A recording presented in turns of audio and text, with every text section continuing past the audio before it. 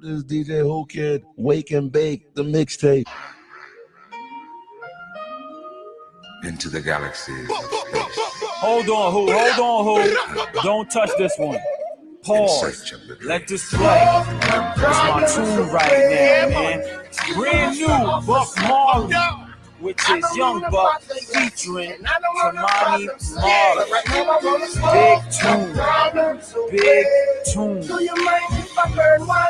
And if you do, then I will take the same time. Blood clot, you know where we come from. Let me smoke the problems away. My partner died right beside me, get my mind right. Roll up the kush, cuz you know the kind that I like. Come on, right now the time right. Fuck that, we riding the night. Car cloudy, roll the window down and hit the light. What's up? Then they chopper go with the smoke in my windpipe.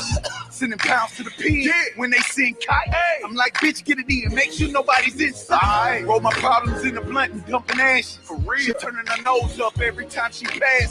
Bloodshot, my eyes red, I got on glass. Hey, said she wanna hit it, but she might be late for a class. She done up the time, my bad man. And the girlfriend's gonna tell her if she asks them. I know, it's money over bitches, no I don't harass them. For sure, I just puff, then I pass them. Smoke the problems away. Yeah, man. Excuse me, Mr. Officer. I'm down. I don't mean to bother you, and I don't want no problems, sir. Yeah. But right now I wanna smoke the problems away. Do you mind if I burn one? And if you do, then I will take the same time. Blood clot, you know where we come from. Let me smoke the problems away. I used to bottom of my shooter, put my joint out. Don't wanna hit it if you niggas shit keep going out. Nah, they lacing blunts, that's the shit that you ain't knowing. Yeah, man. No disrespect, I like my Mary Jane play. Never can make my mind up. I buy up everything. Yeah. You ever been in the lineup and them people say your name? Say we pulled up beside them and all they heard was great. So right now I'm rolling my problems up and rolling paper. Yeah. Some of that bubble kush cause nothing seemed to motivate us. Smoking with Snoop Lion, he told me in due time. Yeah, man. Don't worry, you fine and you know I brought you kind. You take a lighter and try it, this how I do mine. No ashtrays, homie, just use whatever you find. They smoke for free, whatever you do, I hope you grind. Right now it's on me, but next time you buy. Smoke the problems away. Yeah, man. Mr. Officer. I'm down. I don't mean to bother you, and I don't want no problems, sir. Yeah. But right now I wanna smoke the problems away. Do you mind if I burn one? And if you do, then I will take the same time. Blood clot, you know where we come from. Let me smoke the problems away. But Marley! Come on, Marley, yeah. We gon' get high. We gon' get high. We gon' get high. Problems. It's what we do. We gon' get high. Hold up. Put our problems in the paper. Problems in the money. Smoke the problems. Throw that shit out. Yeah. Problems on. Smoke the problems. Yeah, man. More fire. We need more fire. Some people smoking for smoke. Fuck Marley, man. Yeah. I'm smoking to get ahead, you heard me?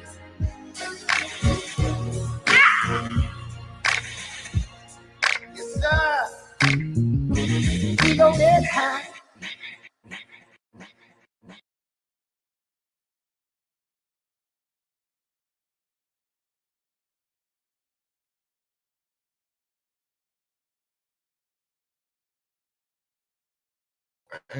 What's going on, fellas? What's good, man? What's good? Ain't shit. What's happening? I'm chilling. Well, there's a lot of, crazy, weird talking points out here, man, and I'm hearing them, and I keep wondering why people say it when you are not looking at overall what we have gotten in this era and what's still to come in this era. Now, I don't remember. Who was in that my lifetime in the group chat? Who was that man in the group chat? Who was that? I have no idea who that was. Was that Gucci? Was that man? I have no idea. but it's like, good for you. I'm happy you're walking away. Good for you. You know what I'm saying? But when I look at it in my lifetime, I don't ever remember championship boxing on that level being held in Times Square. And to run and say boxing is is trash these days, it's like, what fights haven't you been watching? Like, what fights have you specifically been watching? Because we had two Bivol and Baterbiev fights. You feel what I'm saying? Yeah. We've got Canelo and Bud coming up. We've got Tyson. We had Tyson Fury and Usyk coming up. We had Daniel Dubois and Joshua. AJ and Joshua. I mean, we had Bud and Errol. You feel what I'm saying? I mean, we just had Benavidez versus Morrell. yeah. I mean, like there's some fights like these. Fights, bro. I mean, we've seen cards and we were saying, all right, as these fights are being made, we're saying to ourselves, these are fights. You feel what I'm saying? These are good, solid opponents and good, solid fights. And yeah, sometimes one guy just doesn't fucking show up. That doesn't mean I didn't have that excitement for it. I ain't Just seen no because weak now I'm cards. disappointed at the guy not showing up. I ain't seen no disappointing cards this year yet. I That's think my every point, card did kind of like what they were supposed to do. In my opinion, I ain't seen no disappointing cards. You know what I'm That's- saying? Yeah, I mean that's where Keyshawn that's card where was I'm crazy. The Keyshawn card was crazy. Of course, the Beterbiev and Bivol was crazy. Tank had there was 3 title fights on that card, bro. So you can't take that for granted. Yeah, and even on the Jake, even to bring up this guy, even on the Jake Paul card, we still had some good ass fights that was on that card. So I'm That's like, a fact. what is y'all talking about? I don't know, man. I don't be paying attention to them. You know what I'm saying? Yeah. I don't even know who that is. His name is not on the number. I don't I don't know who who that was neither. You know what I'm saying? It could be somebody troll. Yeah, good for you, bro. That's all I gotta say. Good for you. God bless your soul, as they say in the South. And B-Mac, whenever you want to talk wrestling, my nigga, let me know. Real. But I'm back watching it. It's back to the golden days. So plus that's a part of Rider season 2. If niggas don't know. Them niggas got money everywhere. So when you start, when Rider season pull up, it's gonna be a whole bunch of shit. Body Crush, what's going on, fellas? What's happening, yo? What's going on with y'all? What's up, AC? What's good, man? Salute, Pop. Crush, AC. Salute. Pretty much,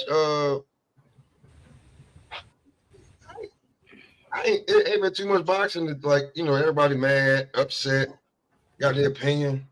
Okay. I bet. But yeah. Now, what is it? What is there to say now? They didn't overcome the shit. I get where you at. I get where you at because. And then when they come to the Sheik, and the way the Sheik moving now, I wonder how does everybody feel? Niggas was mad and now niggas was happy and now they mad and now it's like, bro, y'all been complaining about the state of corruption of boxing. One guy comes in, he says, I'm a former league. Now y'all pointing the finger and say, oh, this nigga about to be the ultimate corruption. Because you just can't put it in our Listen, man. Listen. Check it out, right? Some of us been telling these people in ears all around what's going on, what it's been hitting for. But oh no, we always get the, they try to, they don't know what they talking about. They talking about they talking from a personal aspect. They so emotional. This, that, and the other. They talking loud. It ain't saying nothing. So, normally when things clear up, I'll come out on the attack. I don't need to. I don't need to. A lot of the stuff, I know what was going on. I ain't really been entertained with none of it. throughout the week, man, I probably watched like 2 shows. You know what I mean? I already know what it's hitting for, so I'm not here for none of that. So, you know, when I know it's not going to be any of that negativity, whatever kind of negativity is, that's when I pop up like candy, man, because I don't have time for the nonsense. I'm not wasting my boxing discussion or none of that on none of them jokers and all that hating stuff. And they so damn wrong and keep getting proven wrong day after day after day. Gets boring, but they ain't got nothing to say, like you said. And that's why I always call them Fast and Furious with the damn mouths. And he wound up being what? The ultimate crash test dummy with no insurance. So I play the game of Hangman a little different. I just bring the chair and the rope. That's all I do. I don't put nobody on. I don't do. They put themselves there, meaning that people expose themselves all the time. People talk too damn much. Let's sit back, let them run their mouth. Then you see how stupid or full of shit they really are, and it happens all the time. So I'm just chilling and I'm just waiting for the next drop of entertainment to jump in the damn ring, man. That's it. You know. But carry on, you bunch of little tinks. Carry on, because it's gonna continue because they just don't know no better, man. No, they don't come bothering me. They That's all I got, man. But real quick, did y'all catch the woman bout? Did y'all catch the Jonas and Price card? I was watching some of it, but then. Hey man, dope card. I watched the whole card. Women boxing, man. They people please start. They need women fans to get into that. They gets it in. And my picks was right. I picked Price to beat Natasha Jonas. I was correct. And of course my girl, Caroline the boys, man, went to work. That was a classic match, her and the Korean girl Shin, because Shin is she tough as they come, and you know she's like one of women's boxing dangerous punches. She do have a punch to put them chicks on the ass bag, and y'all want to look for some, stop worrying about the major shit, the big name shit, man. I'm telling you, man, you're missing out on boxing if you want to be entertained by pure boxing. Them women, they get it in. They was getting it in. It was a dope card. Every matchup was pretty dope. My girl Ardenstall, tall ass Ardenstall with the big ass ears. The white girl Chapman, they had a nice match. Yeah, man. Hey, man, y'all looking for a bar burner card? Add that on to it. Please go back and watch that the Jonas and Price card, man. Yeah, I watched like the first fight on the joint, and then I do man running around, and then when I got back, I laid down. I was like, damn, I missed the fight card. They delivered on every matchup, man. Dope fight card. Shout out to women's boxing. They be getting it in. And somebody owe me $50. I know they got me. I ain't worrying about. I ain't gonna say no names, but I told them. I said, man, I'm going for Price. Man, Price. I said, boy, okay. I said, women boxing is a little different than the men boxing, boy, to some extent now, It is different. Yes, it is. They gotta go fast. They only got 2 minutes. Yeah.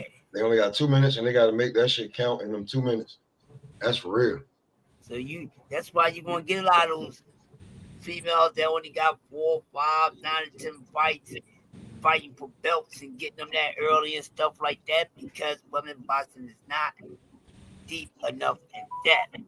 But if they get out there and get at it, hey, I like it because they come to rumble, man. Shoo!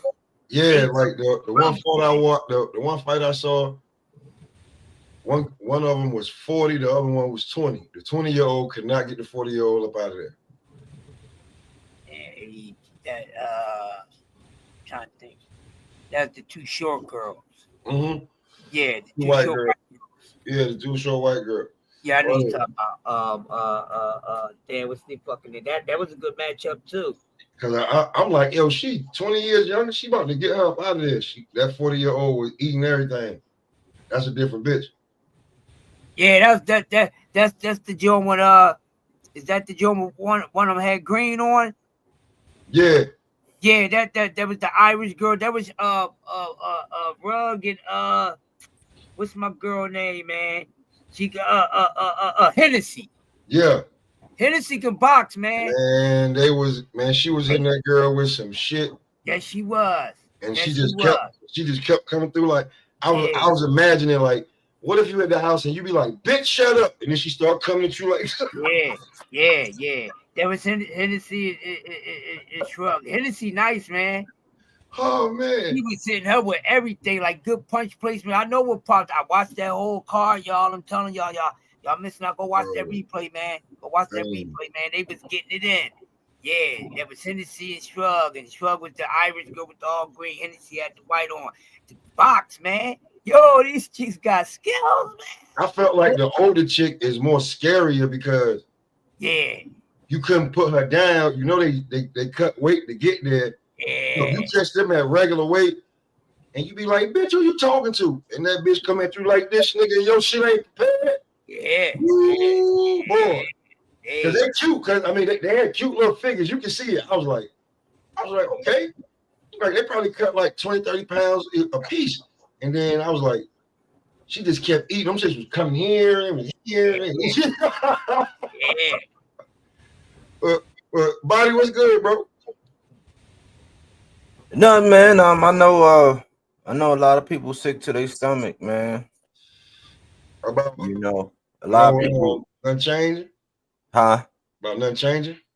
Yeah, I mean, it's we in a weird era, man. Like I was trying to say this the other day, man, to get people to relax. I'm like, man, like either way, if it were to get overturned or do whatever, it's not a victory for y'all, man. Like it's kind of crazy that people see things that way, but it wasn't gonna be a victory for y'all. And it don't mean that just because that man put that performance up that night that your fighter gonna be able to go in there and do that with him. So I thought that was like a mute point. But look, I used to find myself in these kind of positions, right? Like I'll give you an example, right? When Earl came out and was like, man, fuck Keith Thurman, man. Nah, you know what I'm saying? I was like, yeah, fuck Keith Thurman, you know what I'm saying? Blah, blah, blah. And then time went by, I was like, nah, like he should get it in with Keith Thurman. So it's not like I can't relate to some of these fans who just want to co-sign what their guys want to do. But I've had time and instances to see, and I've grown in watching boxing and being a fan of boxing to the point to where it's like, no, I got to consider the other side. I got to look at it not just from my interest and my view, but I got to look at the bigger picture. So I'm like, man, look, right now to this day, I would love for Keith Thurman and Earl Spence to fight.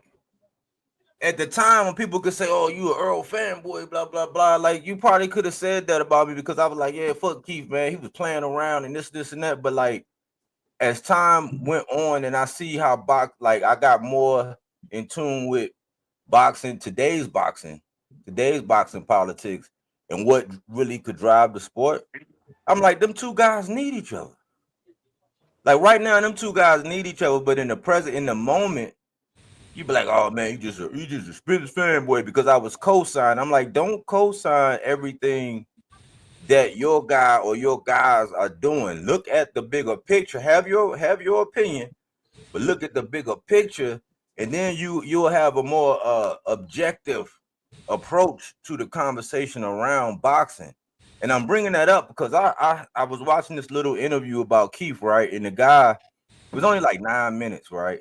And the guy was asking Keith Thurman about, the situation with Tank. And he said so many things, and I was like, man, the sport need people like Keith Thurman, man. Like, you know, if Keith Thurman hung him up, you know what I would give to have Keith Thurman like take Tim Bradley's place, man.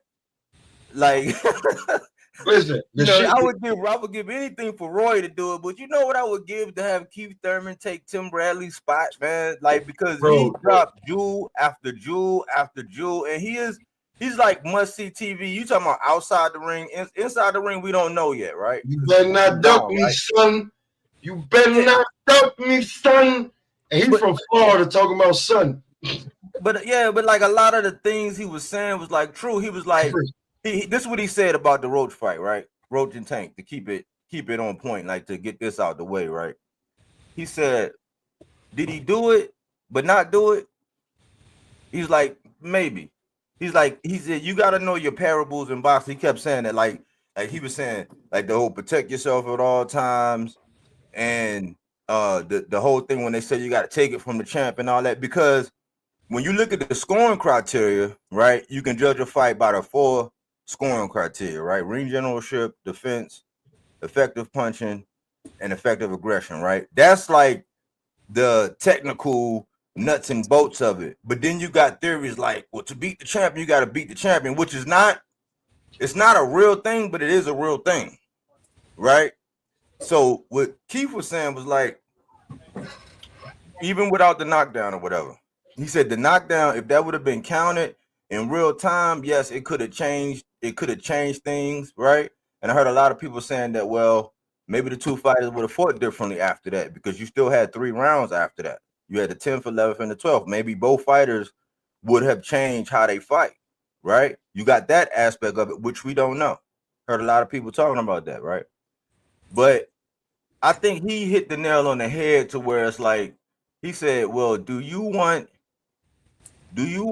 a fight to be decided like that? Because we seen it when let's say the New Orleans, the Saints, they kept getting, like, year after year, they kept getting these bad calls in the playoffs, and that ref call decided their fate in that season. And they did all that work. They should have won. They had 2 bad calls like 2 years in a row to where they literally got they got taken advantage of, right? Yeah, they got holes on that pass interference call. That shit. Yeah. Right. And he said, but think about it like this as a fighter. He said, do you want that to be the impetus as to why you got it? And I'm gonna land my plane right here. So many fans had this burning in their loins for that decision to be overturned so they could run around and paint the city red based off of that decision. And I'm like, as a man, or as like even Lamont, dude, like, in the history books and the record books, but he was the first guy to do something with Tank that he can say, I was that guy. I was that guy that pushed it to the line to where it was a draw. A lot of people thought I won. Some people say I might have edged it. Some people said, man, it was very close, but they didn't expect for me to do anything. He got the moral victory. You know, could have gotten the real decision. But do you want the fate being decided by that one thing? Or do you want to run it back and prove that it, like both guys run it back, prove that it wasn't a fluke, prove that you really are that guy, prove that it wasn't just an off night, prove all these things, right? But to land the plane is this. Tank haters, man. Like, to all the Tank haters, man, relax. Because that was not going to be enough for y'all to be in the mess hall with y'all chests out, even if it got overturned. This is boxing.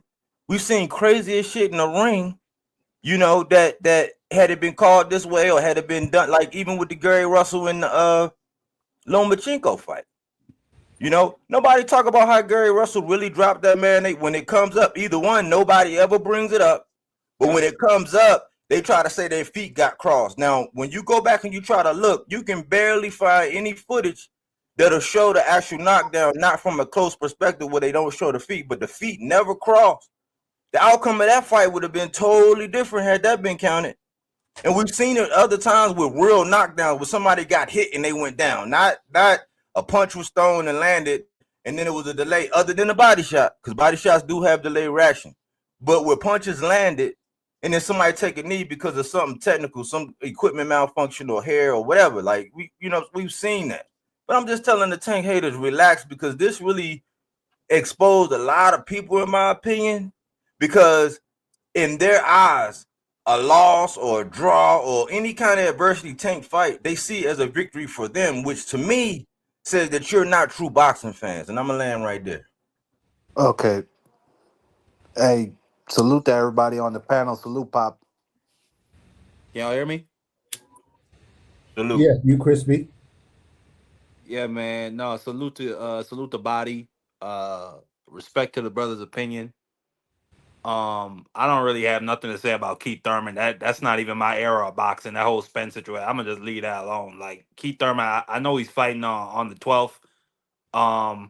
If he gets beat to death, it is what it is. I really don't care. Like I agree with you.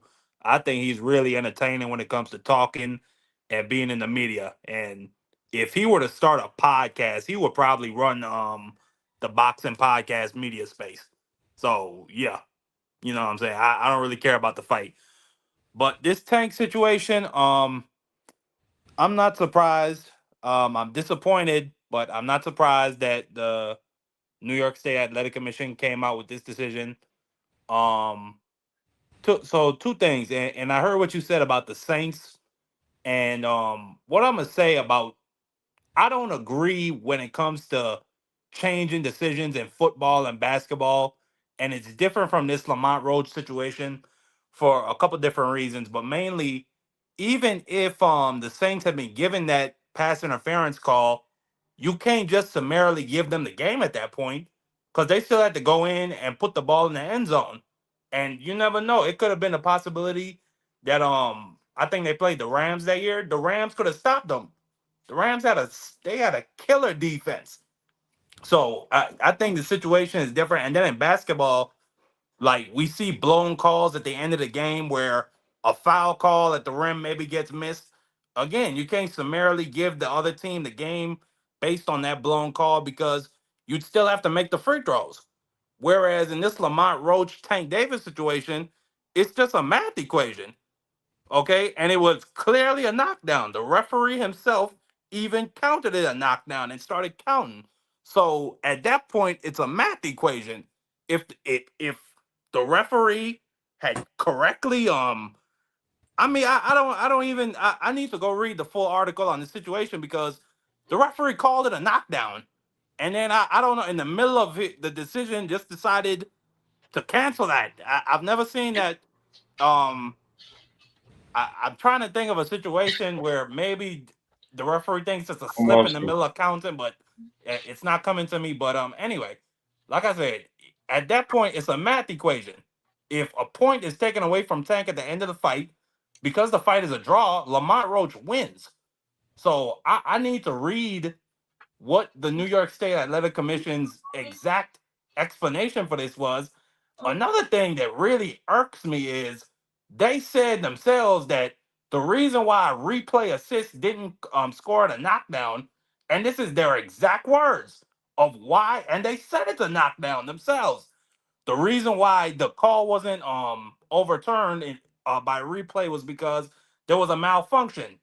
And again, just coincidentally, the rule is once the round has elapsed, you can't review it again.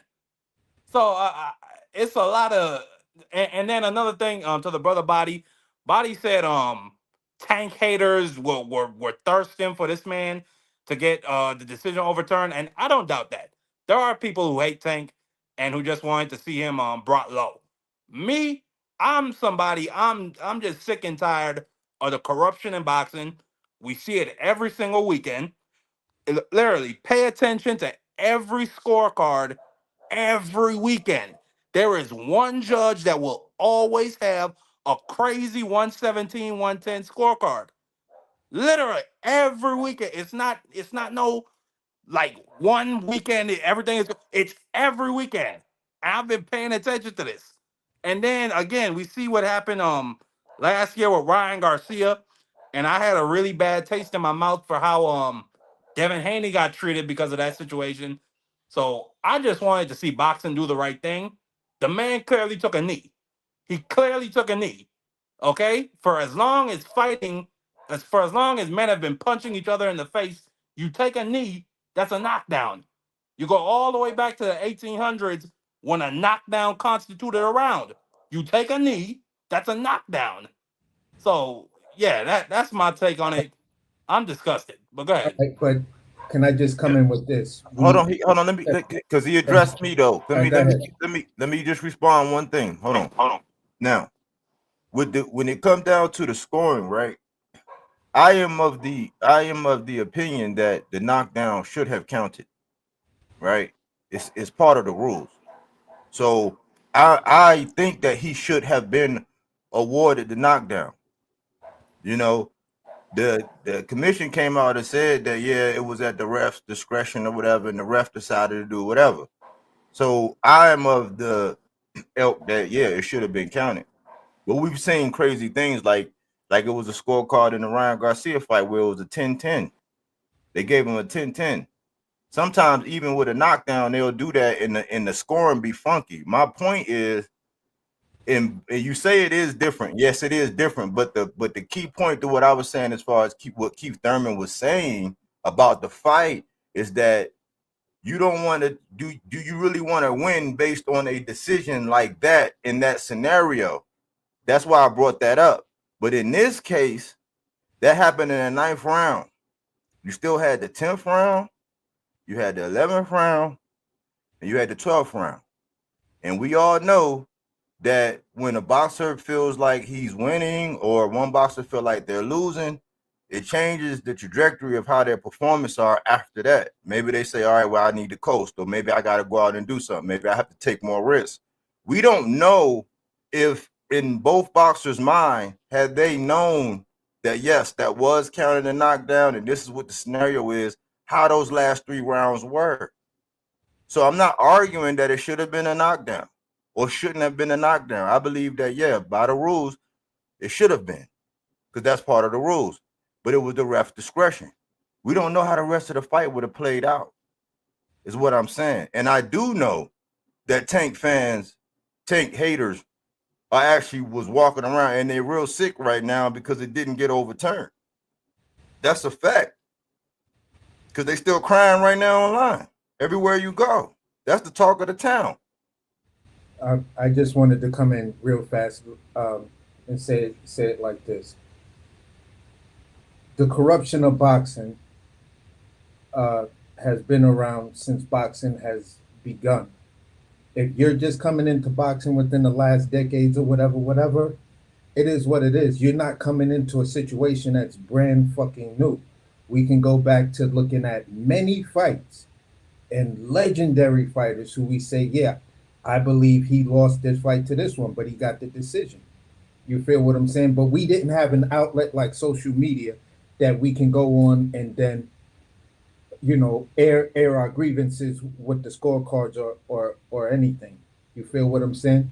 I can't, me personally, I know I've seen situations with corrupt judges. You feel what I'm saying? Oshaki Foster versus Conceição was a corrupt decision.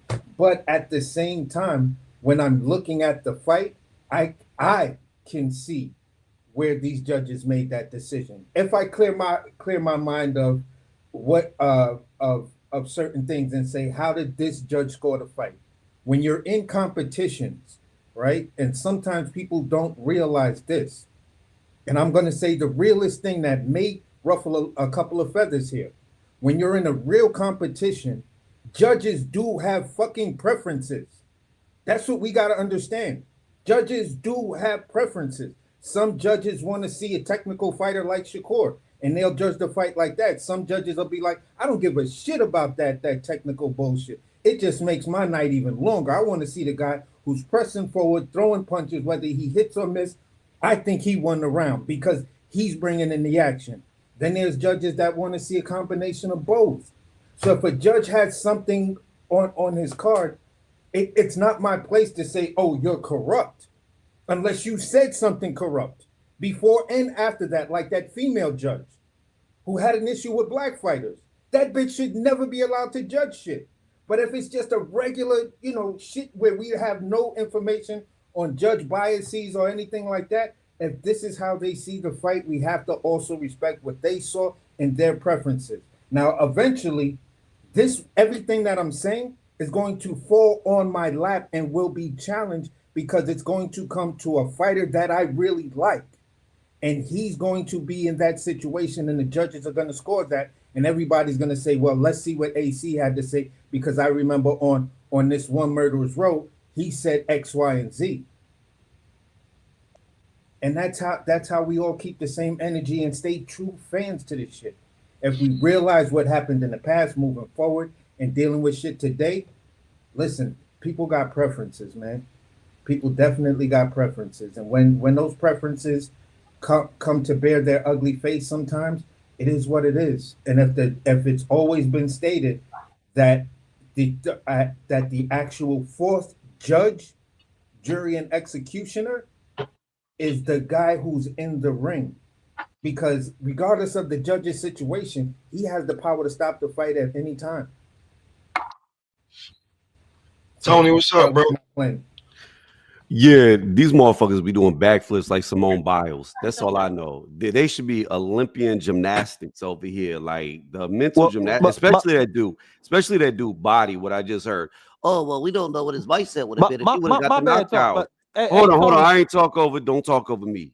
Like I got a quick question for AC. No. I'm talking. You can ask your question after I'm done talking. All right, go ahead, nigga. All right. But anyways, back to what I was saying. Well, we don't know what his mindset would have been if he would have been rolled a knockdown and got up, as if we didn't see the last 3 rounds.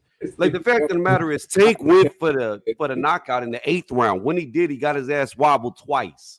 Lamont didn't get hurt once in this fight. Tank got hurt at least 3 times on 3 different occasions.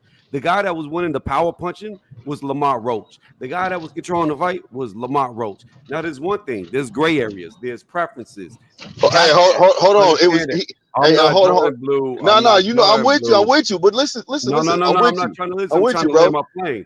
He only outpunched you by 6 I punches. can see the runway. I'm not trying to land in the water, so I don't need your directions. Anyways, like I'm saying, the fact of the matter is this. I agree with AC. There's preferences.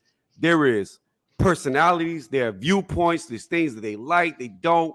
Most of those are gray areas of boxing. However, there are blatant, obvious things. Now, we're not talking about a referee missing a knockdown where a dude's glove skims the canvas. We're not talking about a referee calling a knockdown whenever the guy really gets tripped because he didn't see their legs get caught up. What we're talking about is a referee who blatantly saw a fighter take a knee, who blatantly started counting, and then decided, oh, wait a minute, this is Tank Davis. I can't call this a knockdown because he's the A side. I referee his fights all the time. I can't do this or I'll be out of a job. That's what we saw. That's what happened. The WBA, after the fact, and I'm in here in about 5 seconds, the WBA, after the fact, comes out. The WBA says, oh, it's going to stand. And then they recant their own fucking statement, because they knew they was on some bullshit. The president of the WBA says it should have been ruled a knockdown. Then all of a sudden, for the first time in the history of boxing, fuck the 1800s, we could go back to Egypt and Greece. This was not ruled a knockdown. Robberies and broad daylight. No, Tony, facts, 1,000%. I agree with everything you said, but I just got a quick question for Body. For AC after AC's take. So are you saying that this was not a corrupt referee that you saw in that ring? No, because why would I call him corrupt when there's nothing he's ever done corrupt before? Because he saw the man with his own 2 eyes take a jab. Listen, understand what I'm saying. You ask me a question, and let me give my full. All right, good. All right. All I'm saying is this: if we all understand that the ref is the intended, unintended fourth judge in the ring who has the ability to stop the fight at any time and render winner whatever at any time if the situations fits that. If he has that power and authority and he does not rule it as a knockdown, then That's what the ref did. Just like Body tried. Well, what if he's wrong? Just like Body brought in a statement. I think he said the same with the Saints. So at the end of the day, we've seen refs get plays in NBA championships and NBA playoffs, in NFL championships and NFL playoffs. In baseball, we've seen it all in every aspect of everything that considers sports entertainment. We've seen a ref give a bad call. I'm not going to jump out the window and say, just because he gave that bad call, that motherfucker's corrupt. But ACA, and I hear what you're saying, but no, this was a blatantly bad call. The motherfucker saw him take a knee, started counting, then went over to him and said, "What happened? What happened? Oh, okay, don't do that. That looked like a knockdown." No, nigga, that's corrupt. Okay, hold on. Okay, all right. Can I say something? Let me say no. I'm gonna let Marky finish, and then because you was last, Blue, then I'm gonna let you. So go ahead, Marky. No, that's all I wanted to say. That's clear corruption. He saw with his own two eyes the motherfucker take a knee, started counting. Then he said, and like Tony said, "Well, I can't call this a knockdown." Oh, wait, let me talk to him. And we heard him say, "Oh, what happened? Okay, it looked like a knockdown. Don't do that." We heard him say that. If that's not bias and corruption, I don't know what the fuck is, bro. No, Marky's funny as hell. Mark, Marky's funny as hell. Like that's why I was laughing. I'm saying he just want Tank to lose bad as hell, bro. That's the way you sound. Hey, I'm not even gonna say that. I'm not gonna say that about Marky because I've seen Marky defend Tank, but well, right now I see him defend Tank, but saying, Pop. Fuck that. I get it. Now I get it. Murder's row, but I mean, go ahead, Blue, because I'm gonna let Blue go, and then after that, I'm gonna put the symbol up, and then it's you on your fucking own. Go ahead, Blue. Well, I heard earlier it was discussed about, said that the reaction of Tank, if he would have counted that as a knockdown. But my perception, and I think a lot of people's perception, Tank did take it as a knockdown because his reaction was to come back very aggressive after he heard the count. He didn't come back and try to play it sweet. He came back and went at him aggressive. He tried to knock him. He put that pressure on him. He wanted his get back. So no matter what, I mean, in my belief, I believe that he did actually, show effort and step up to the plate, and he thought it was a knockdown his damn self. That's how I feel like he played it out, So I mean, not unless the ref told him, nigga, I'm not counting this as a knockdown. I'm assuming that because he was counting and he seen that he was counting, that's what he perceived. So another thing too, the commission, they did say that they thought it was a knockdown, but they didn't want to mess with it because from my belief, they don't want to mess with it is because they see that Tank has another fight that he was supposed to do with Jake Paul, and it's supposed to be there. So they don't want to mess that bag up. Why would you do that? And Tank's pretty much gonna just not fight there no more, and that's a lot of money that they're gonna lose. So I understand why they made that move. Business is business. Okay. You finished your food? I just want to say this real fast to AC. You could say that we've never seen that referee be corrupt. What's good, Latch? No, you good. AC, you can make a statement, and I don't disagree with you that we've never seen that referee be corrupt before. But you've never seen that referee before this moment have to be corrupt before. See, things change when you're forced to be a certain way. Things change when you're forced to move the needle. So at the end of the day, Tank Davis has done what he's had to do. He's knocked almost everybody out that he's fought. So there was no need for the corruption to be shown. But in this case, if the knockdown counts, he loses the fight. He was losing the fight without the knockdown. That's the part that fucks me up in a lot of this talking point, because he was losing the fight before the knockdown. He was down by 1 point leading up to the knockdown. If the ref would have just said, you know what, I'm going to give you the most minimal penalty, which is I'm going to take a point away from you. I'm giving you the warning. of being disqualified, but I'm still going to take the point. Even if that would happen, he would have been down by 2 points. Tank still wouldn't have won the fight. At that point of the knockdown, going into the 11th round, and I said, oh shit, they're not counting the knockdown. So if they're not counting the knockdown, if Tank doesn't win this last round or is awarded this last round, he loses the fight. But if he wins that last round or awarded that last round, this shit's going to be a draw. He would have been down 3 points because it wouldn't have been a 10-9. You're not going to get a 3 point. No, it's not going to be a 10. No, AC, round. Listen to me. If you're down 1 point and you go into the next round and you get dropped, that's -2 points to you. So you're now down 3 points. I hear what you're saying. I hear what you're saying, but for that round, I'm only talking that round. I'm not talking about anything else. For that round, it still would have been only a 10-8 round. But hold on, wasn't that on the official scorecards? They gave that round to Tank, right? No, he lost that round. He lost the ninth round and the 4th round. Those 2 rounds, Tank threw no punches whatsoever. So if people had Tank up by at least 2 points going into the 9th round, I had no beef with you because in the 9th round and the 4th round, it didn't even look like he threw any punches. If he did throw any punches, I don't recall him throwing punches. So that's I'm not beefing with anybody. Hey, see, I'm looking at the official scorecard. Not to cut you off, but I'm looking at the official scorecard. It says 10-9, right? Two of the judges gave the 9th round to Tank. Yeah, 10-9. Yeah, like I said. So that no matter what would have been, if he would have got the points, that would have dropped it down just from that. He would have only still won by 1 point. I did not have Tank winning that 9th round. No. He would have only won that fight by 1 point. Okay, so that's my whole point. Okay, so hear me out, AC. This is what I was talking about your math. Look, I'm looking at the official scorecards, right? If that would have been ruled a knockdown, okay? If it would have been ruled a knockdown, Tank would have lost the fight. They knew that no matter what, because on all the judges' scorecards, he won 10 through 12. He won all those rounds. But if he would have gotten knocked down in that 9th round, there's nothing they could have done to give him anything. Yeah, that's why I said it would have been 1 point. He would have lost. I thought they gave the 9th round to Lamont. Hell no, it was a 10-9 fucking round.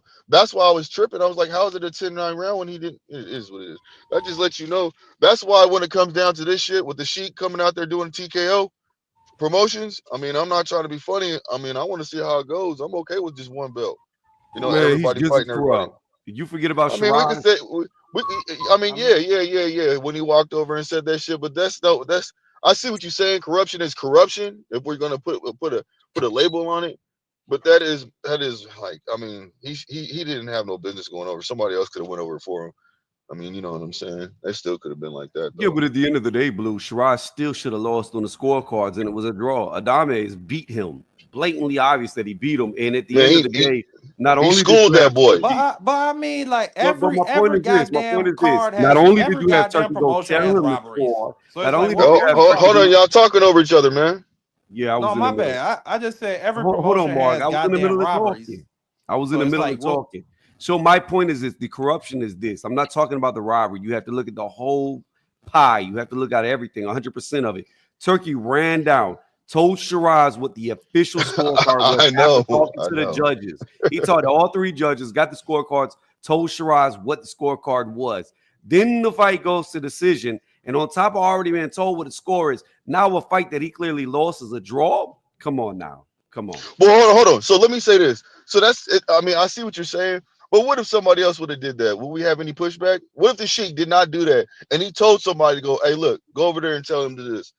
Go over and talk to him and tell him he's losing a fight. Because that's happened before. That happened with Terrence. You know what I'm saying? That's happened with a lot of fighters. Hamza is a fighter. So does that mean that that's okay? Because when somebody else do it, you see what I'm saying? Because we got to keep the same energy when it comes down to it. You know what I mean? Because the trainer did it. The trainer or the teacher did it. They was on the unofficial.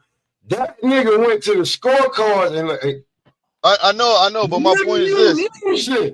My point is this. We got to keep the same energy. Why is it okay for that? Man, I was right in the middle of a point though. Because your point, I don't just like if you want to I don't know if you want to keep going.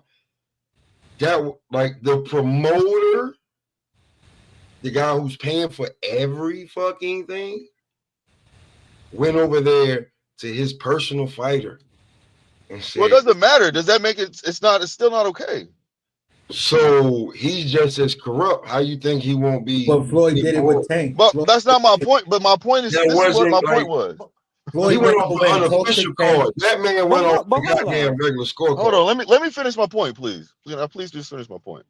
My point is this: that we got to keep the same energy. You know what I'm saying? Like if it's not okay now, it's not okay back then. When even for Terrence Bud Crawford, wasn't okay for somebody to walk up to him. It doesn't matter who it is. Corruption is corruption. That's my whole point. You see what I'm saying? So it doesn't matter if the Sheik had somebody else go do it or the Sheik walked up there himself. It happens. And nobody says anything. But hold on, my point. Nobody said anything then. So why is people trying to say something now about that kind of shit? To me, it's like, okay, I understand that, but that shit right there happens. So when the Sheik walked over and did that, okay, we've seen plenty of moments like that. You know, I ain't trying to excuse it, but God damn it, if it's not okay right now, it should be not okay, period. That's all I'm gonna say, man. But okay, but question, and this is just my thing. I guess I just don't view it as badly, unless it was a situation where Turkey told the judges give Hamza the last two. But I don't think like telling him, or I don't even if he did know, because personally I don't think he did.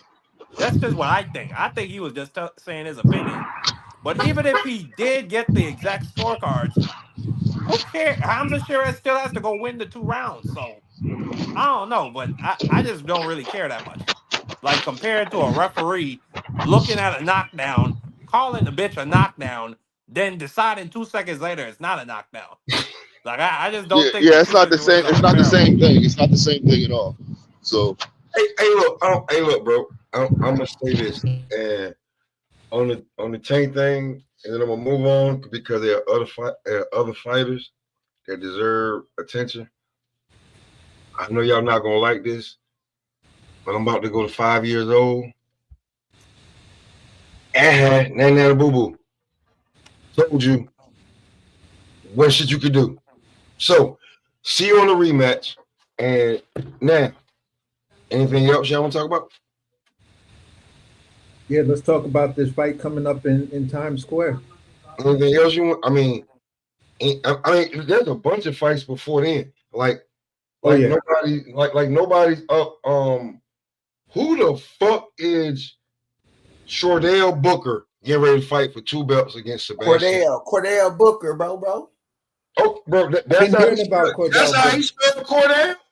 Cordell Booker, bro. That's how he spelled Cordell. I've been hearing about this guy though. I haven't had time to check him out, but I've heard a lot of good things about him. Hold on. I had a nigga named Cordell that just passed away. Man. This is how this. All right, so cool. So my name Cordell. The nigga is a boxer. Is this how you spell it? The nigga is a boxer. Spelling is not his high point. Go ahead with the info. No. Marky, calm the fuck down. No. Is this how you spell it, T? No. Exactly. So excuse me for fucking up your name. I can't see the screen. How is the bitch spelled? CHORDAEL rather than EELL. No, but it's Cordell. His name is literally Cordell, not Cordell, right? Cordell. That's his name. It's a capital. His mother and father must have been boxers too. That must explain it. Yeah, they ain't got no brain cells. Anyway, exactly. Here's the thing. I speak facts. Why is he?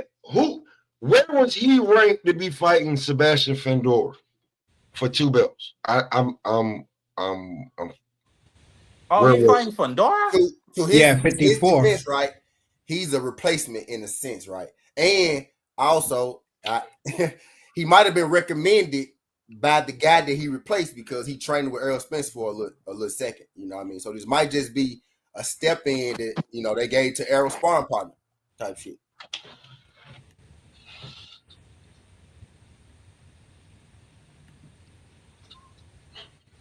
You about to fight for 2 belts. You defending your 2 belts. Now he ranked though. He got one loss if he only got Williams beat him. I'm not disrespecting. Okay, well, I got this. He moved up a weight class, if I'm mistaken, Pop. He moved up a weight class, he got a loss, but that wasn't his weight class. Okay, well, I just want to see where the fuck this, like, maybe this guy popped up. I wasn't looking at. I'm not mistaken, he got stopped by Elmo at a higher weight class. Yeah, no, he fought Ammo at a catch weight at 158. Yeah. Got a TKO loss to Ammo. So he went up a weight class. Yeah, he went up because and that's his only loss. That's so that's why it ain't really, you know, this is he got a loss outside of his weight class. So he been dabbling between, looking like it actually looks like he been fighting between 54 and 60. So he's like a tweener up there. You know, he's y'all like remember number 5. Y'all remember that dude? Number 5 in the WBO, and he's Y'all number 13 in the WBC. Bro, y'all remember that dude had called Errol Spence out that time, and Errol told him, he said, "I ain't gonna lie, little bro, I'm looking for money fight." Y'all remember he went viral for calling Errol out. But Errol, and he asked Errol to train with him. Errol was like, "All right, cool." That's the same dude. That's him. Charles Conwell gets no love. I'm really thinking he got the fight on some, you know, replace, like, you know. I get he get the fight on a replacement. Is the WBO sanctioning it, or is it WBC? Because if it's the WBC, my nigga, there's so many people that I think they just allowing him to like sometimes they just allow a person to count if your opponent ranked high already. In any of them judges, really, right? They'll let him he ranked 5th in WBO. They'll let him qualify for the fight. I bet they ain't want to fight Charles Conwell. Fedor don't want no part of Conwell, man. That dude will break that. I was just finna say shit. Conwell ain't never got a fight. You know what I mean? like who do want to fight Charles Conwell? I'm saying he ranked higher than this man everywhere. Only person that I know of. But that's Eddie fault though. Conwell with Eddie though. That's Eddie fault though. Conwell, Eddie, like I said, y'all, my black fighters, right? But Eddie do be paying them, right? But you gonna end up like. Is he with Eddie? Xander's the only guy that been called. But they'll book one for Eddie too, by the way. Hold on. Is Charles with Eddie or Oscar? I think he with Oscar. I think with Oscar now. Yeah, I think with Oscar now. Yeah, he with Oscar, so it's just as bad. I think with Oscar now. My Oscar ain't never okay. Boom, that's even worse, right, Pop? Because he ain't never made nobody famous except Virgil. I gotta give me a fucking drink on that shit. Except Virgil, that's even worse. But I think he was. What you say? Thank you. Go give me a drink on that. Having Munguia. Yeah, he did have me. But at the end of the day, man, listen. None of these dudes want to see Charles Conwell. They all gonna try to fight around Charles Conwell. You feel what I'm saying? The fight for Charles Conwell would really be a dumbass. A dumbass gonna have to throw him a bone. He gotta go up. He gotta go up. Yeah. He too close. He too close. All he gotta do, he gotta stay where he at and fight with, because he right there, man. What's he behind Boychuk? He behind Boychuk and Zayas. How old is Conwell now? Charles, he's not that old, bro. But Conwell, listen, I feel like this. Conwell like Tank, he been around so long. He feel like he old. Hold on, yeah, he's not get old. in there and just. I mean, the nigga Tank is 30 years old. Yeah, no, he really just getting to the point where you can be like, "Hey, Tank, you old? No, you gotta do." No, he just getting to that point. Really. Conwell takes out Xander Zayas at that fight. Conwell 27. Conwell takes out Xander Zayas. He's gonna have a championship shot. I don't see Top Rank. Putting Conwell he got about 3 years left at 54. He got about 3 years left at 54. He got to go and get it now, though. Yeah, but he got it. Listen, Top Rank may not want to do it, but Top Rank didn't want to. Yep. He got about 3 years left at 54 comfortably. Top Rank may not want to do it, but they're gonna be forced in a situation that if you're gonna try to give Xander Zayas a so-called step-up fight, the only credible name for him to have a step-up fight in that division without he gotta leave Oscar. Listen, it don't matter if he leaves Oscar or whatever. It's just if you want that credible fight, they be mattering AC. They be mattering AC because if your guy ain't pushing you, you ain't never gonna do shit. But listen to what I'm saying before you answer. All I'm saying is this: I'm saying it doesn't matter what Top Rank, because at the end of the day, Xander Zayas versus Charles Conwell is an excellent main card, undercard fight for a Riyadh season. Even to launch this TKO shit, everybody's gonna tune into that fight because this is a Xander Zayas. You feel what I'm saying? Who's making a big name for himself against the guy who's already, to the purists, has a big name and is probably the second or third most avoided fighter at 54. AC, if you're a promoter, AC, that's actually the last nigga that you want to fight. Why? Why is that? When we keep talking about the best fighting the best. Right. No. Yes, I'm agreeing with you for sure. I'm agreeing. Anybody with a title, a dumbass. Conwell can fight. But you got to think, him being with Oscar. Oscar got other fighters he want to push. Right. He got other guys he want to push first. Listen. So Oscar. So when the title shots come up, he not even pushing Conwell to the front. You get what I'm saying? Yeah, I'm because sure Conwell ranked high in all these bodies too, pretty high. At the end of the day, it's a direct correlation of fucking who not putting money into him. Okay, but this is what I'm saying. We always have these really, really amazing talents in boxing, right? What is their kryptonite? It's not nothing that happens in the ring. It's when you put a fucking camera in their face. They can't sell a motherfucking. They can't sell a bag of weed to a weed head. Right. You gotta have Charles. But that's why you're a promoter. As a promoter, it's my job to make you interested, to put you in those positions. To make you so get him a fucking coach if he has the ability to make you that bag. Get this coach. Right? You do not have to have Charles Conwell headline a fight for it to be a big fight, right? But here's the thing. Been watching Top Rank. Xander next step up fight, and I ain't even saying his next fight gonna be a step up fight. His next step up fight is gonna be for a fucking belt, bro. They didn't position him where he's at to go back down to fight Conwell. I don't see Conwell as a step down. I see Conwell as he's below him in the rankings. That don't mean nothing. That ranking shit don't mean nothing. AC, if I'm gonna fight anybody, I'm gonna fight for a belt.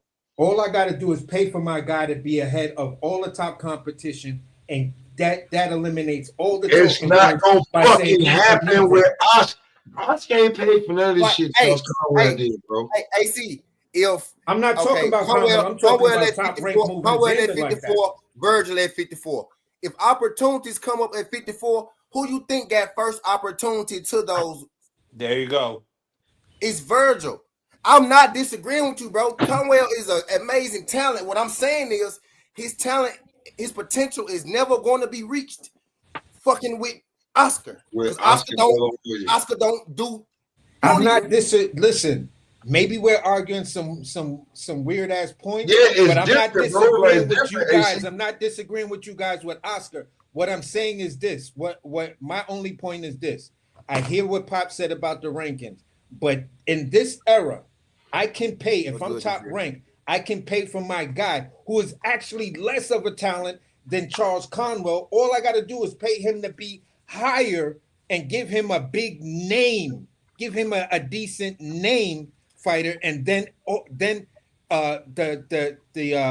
apple pie is baked because now everybody's. But what we said, he's not going to do that. But that's the virtue of having the machine. He's not going to do that though, AC. What we saying because hold on. Everybody, real quick. I talk to Ohio on the regular about Charles Conwell. And the biggest thing is that it's a toss-up about leaving Golden Boy and staying with them because they get him fights, they pay him well. It's just not the shit that he wants. And nobody's like beating down for him, right? Because he hasn't been promoted. He took the 2 years, he took like the year and a half off after, what happened. So he got to bet on himself if he leaves because Golden Boy is not going to push him to the forefront. Let me point something out, Pop. Look, Conwell was a tough out, man. Nobody ringing his doorbell or running down on him asking if he wants some smoke, right? No. All he needs to do is just stay active right now. Right now would be the wrong time to do anything. He's number 2. Yeah. He's number 2 in the WBO. He's number 3 in the WBC, and he's number 14 in the IBF. Right? Only sanctioned body he's not ranked in is WBA. Yeah. It's only a matter of time before they can deny him. He's 27. He's the same age as Boots. He's 27. It might not be to the, it might be a year or two, but all he got to do is keep staying active and don't lose, because they're not going to keep being able to deny him. Right now, they playing duck, duck, goose with him. So he's ranked in all of the sanctioned bodies except for the WBA. You know what I'm saying? The lowest he is number 13 or 14 in the IBF. So I'm pulling for him. All he got to do is just be a little bit more patient, stay active, stay in the gym, and keep taking what they give him, because he won't be denied if he just stay where he at. Yeah, they playing DuckTales with him. They playing DuckTales with my boy. They playing DuckTales with him. So, like, I just don't see, and I definitely don't see Top Rank offering up Xander to Charles Conwell. No, they're not. They're not. But if these guys want their true legitimacy as being the next young up and comers at 54, they'll get a title shot first. Why don't Conwell fight on Virgil cards? I'm just speaking from the point of Oscar. I get what Body's saying. Body's saying shit. He damn near at the finish line. But I think he could have been had it. Oscar is never gonna push him over that line, bro. You know what I mean? He never go unless if Conwell get it 9 times out of 10, man, it's gonna be probably if he leave Oscar. You know, or if Virgil go down. If Virgil go down, and you really mess with him, why him and Virgil ain't fought yet? Because Virgil ducked Charles Conwell all day. Because Virgil is his guy, Virgil bro. went through some health issues. Pop, say it again, Pop. Pop, that's the answer I was looking for, Pop. Say it again, Pop. Virgil is his guy, bro. Like, y'all act like y'all ain't know. Listen. All right. Yeah, and you gonna protect your guy against getting knocked out about. No, but it's like this though, AC. Since Canelo, he's been trying to find a guy that's like him. That's why it's not Virgil. He's gonna run into that. He's gonna run into that wall. It's not Virgil. So, now this is why I say he need to go get David Benavidez, because think about it. He had Canelo. Canelo left. That was the closest. After Canelo, he clinged to Ryan, Jaime, and Virgil. He clinged to those, right? Ryan is somewhere else. Jaime left. Virgil is the one. That's his guy. Virgil is his guy, bro. What's the dude that fought Blair? What's that guy name? Maurice Rocha. Rocha. But like they know Rocha is not like none of them look like Charles Conwell. You know what I'm saying? So when it comes to that, he's big on Rocha. No, and like, okay, I'll give you 5. It's 5. He was like Rocha's on the back burner. He was big on Jaime, Virgil, Ryan, and the new toy is Zepeda. So you know the common denominator, right? You see the common denominator, right? All Mexican. What's going on here, man? He trying so hard to like have a successor to his shit, because even though they don't fuck with each other anymore. Like, he be in competition with Floyd so much, it's fucking ridiculous. So the Tank shit was crazy, and Ryan didn't do it, so that shit was crazy. I got to go back to this when it comes down to dealing with Oscar and Floyd. I saw something that made so much sense to me back in the day. Like, this was a little before COVID, 2018. Mm-hmm. Floyd and Oscar is in a partnership to where they building each other's fighters. That's what they doing, and they trying to mask it as some type of war, because when you really look at it, Pitbull Cruz was a relative nobody. He gets the Tank fight again, an Oscar and PBC type of thing, and now Pitbull Cruz becomes a star. If But you he's look at it, fighter. if you go back to Oscar, if you go back to the Oscar Canelo never really situation, had a problem with the PBC. Like he's probably with the PBC less yeah, like 1 year. these But niggas Oscar been working hand in hand to build like, stars. Yeah, I'll just finish AC. Like if you think about it, Oscar started with them, you know, HBO. He was originally Yes. with them, the same people. Yes, those the same people he been working with. You know what I mean? So everybody up here heard me say that I think Oscar should give David Benavidez however much money he wants. Brothers back at it again. What do you want to talk about, Bill? Hold on, you're late. And a matter of fact, you're last. You can't even go yet. It's D Free turn to go because we've been re-isolated. Well, let D Free go, man. I don't even like you. He said, well, let D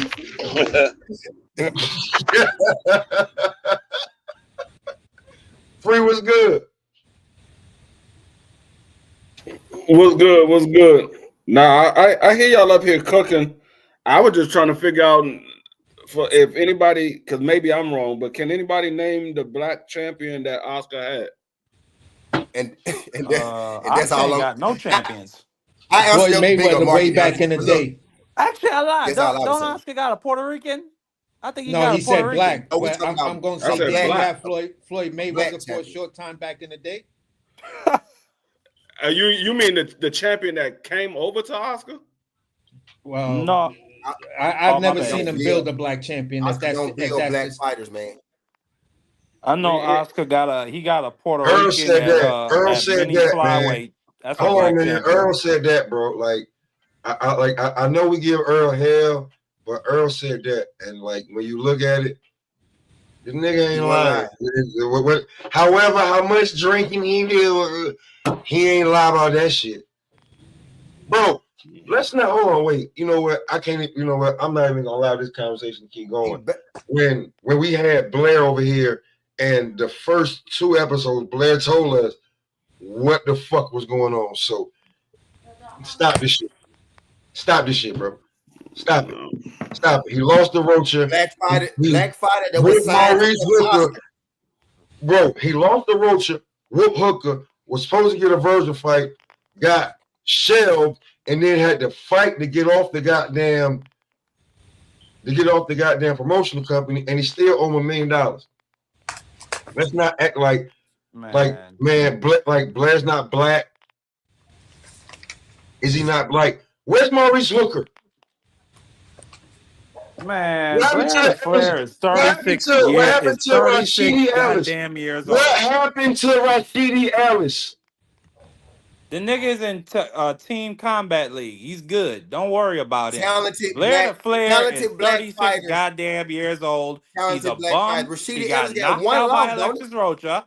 He dropped Whoa, Maurice Hooker 3 times and almost lost that fight. Speedy got Nah, one.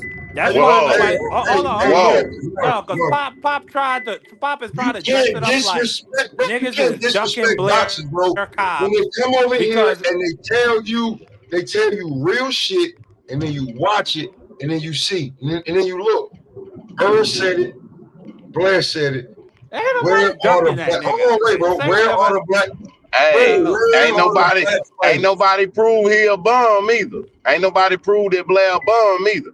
So I mean, I like calling fighters bums, but ain't nobody proved that he was a bum. Well, in my opinion, I didn't like that Alexis Rocha. I used to give Blair Cobb a lot of shit, right? But in hindsight, that AB win go look beautiful at the end of his career. Like I can't even give him no more shit no more. Even that goddamn AB win. Once he beat Asian Bro, I was like, hold on, Smoke. Let me get my spoon and fork real quick, man. Y'all all over here all friendly and nice and dapping each other up. Nice, nigga. We just been calmly disrespecting each other. But nigga, this motherfucker. We were actually arguing before you. We actually arguing before you came here. We've been arguing, nigga. So go I heard it. You know, this murderer's row. So hold on, let me cock my gun back. Go ahead, nigga. Hold on. Yeah. Wait. All right, go ahead. All right. Yeah, I'm back on my bullshit like always. Salute to the Splash Brothers. Salute to everybody on the panel. You know what I'm saying? You ain't shit. Salute body. Yeah. And about the Tank hater, I ain't celebrating that the shit didn't get overturned. I'm happy it didn't get overturned because I don't want to hear that shit. You know, if it didn't get overturned that night, oh fucking well, they should have flipped out that night. They should have wrote them should have flipped out that night. Don't leave shit up like they say in football. Don't leave shit up to the referees. Don't leave shit up to the judges in box. Motherfucker, hey, if y'all didn't flip out when the motherfucker didn't count the shit, when he was counting and then stop counting, oh well, that's on y'all. But at the end of the day, I know it's a lot of Tank fans celebrating. You saying that we celebrate, but it's a lot of Tank fans celebrating that it didn't get motherfucking over. It didn't go the Happy. other way. You know, They celebrate but, like it's a win. I'm glad it didn't. You know what I'm saying? Because don't nobody need to win like that. You know what I'm saying? Don't nobody need to win like that, man. I know Roach would have been feeling some type of way if they would have overturned. They gave him the belt. You know what I'm saying? You know, I'm a for it being overturned, like for it not being overturned to a loss, I ain't tripping on it. Like it, because I mean, what you gonna make it a no contest? It still was gonna be in the third column, not in the second column. You know what I'm saying? I mean, at the end of the day, man, look. We know what happened. It's visual. Just like the Haney, you know I had to bring up Haney. Just like the Haney and motherfucker Ryan shit, we seen the fight. No, You know what I agree. mean? I don't agree with that. I don't agree with that. You don't agree with what? That was different. I mean, yeah, that was different. It had a little, yeah, it had a little seasoning it had a little seasoning in the food. It had a little seasoning in the something food. else in there, man. But yeah, Yeah, it I'm was a with little you. seasoning in the food. But shit. I know, and y'all know but how I that feel ain't. about that one. We ain't doing that. No, we can't do it. Hey, Look, but if that Ryan ain't. whip his ass again like that, y'all go. I'm gonna be funny. Like, okay, Ryan just can whip his ass. Well, the seasoning didn't keep him from putting his right hand up, being on the phone and keep that right hand up. You know what I'm saying? And talk on the phone with that thing. He was getting caught by the left, and they ain't had shit to do with the seasoning. But I digress. And to all the Tank fans, I appreciate y'all, man. But Beyonce had the best album of all time. Hey, shit me. Hey. But you know, to all the Tank fans, man, I'm glad y'all excited. I hope it's a rematch. You know what I'm saying? I do want him to fight Shakur. I ain't saying Shakur gonna do like Roach because they two different fighters. I think Shakur gonna do better because he ain't gonna leave it up to the judge. You know what I mean? It is what it is. We just putting shit out there, shit we want to see like a video game. We want to see these dudes fight. Until they fight, we gonna talk our shit. You know what I mean? I'm a Bills fan. We not lost so much dealing with motherfucking the referees. I got a motherfucking real problem with this shit. But we ain't gonna talk about the motherfucking referee. You know, he was looking 2 or 3 ways. You know what I'm saying? He seen what was going on. You know, he seen everything. And he did what he was supposed to do. I can't fault him.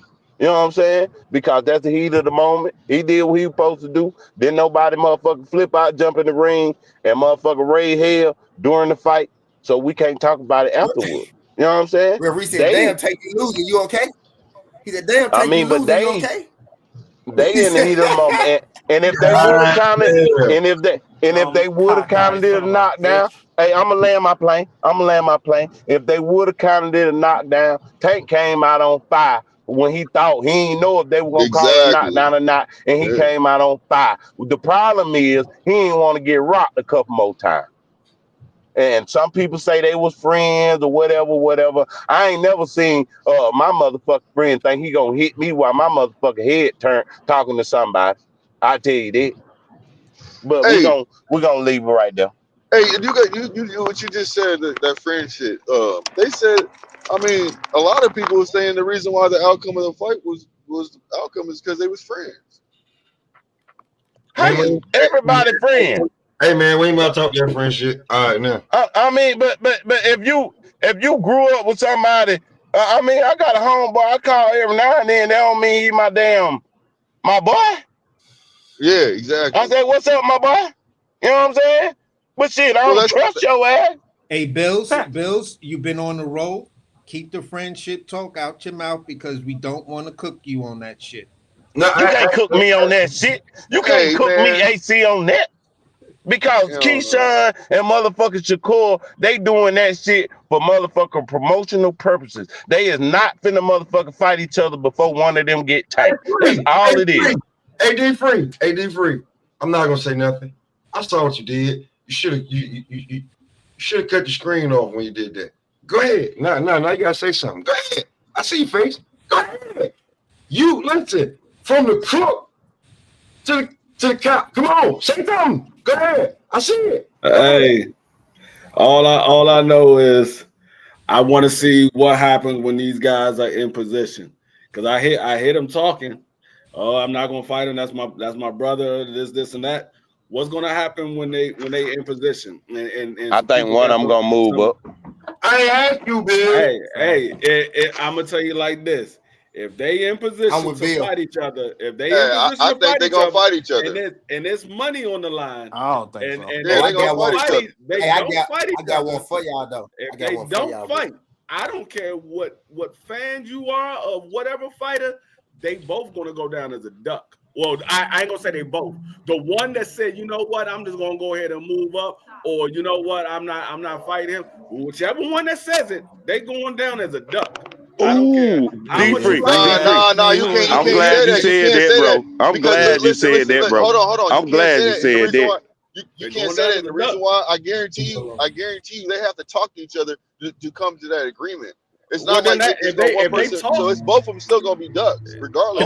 Can I just ask this question? Both gonna be ducks then.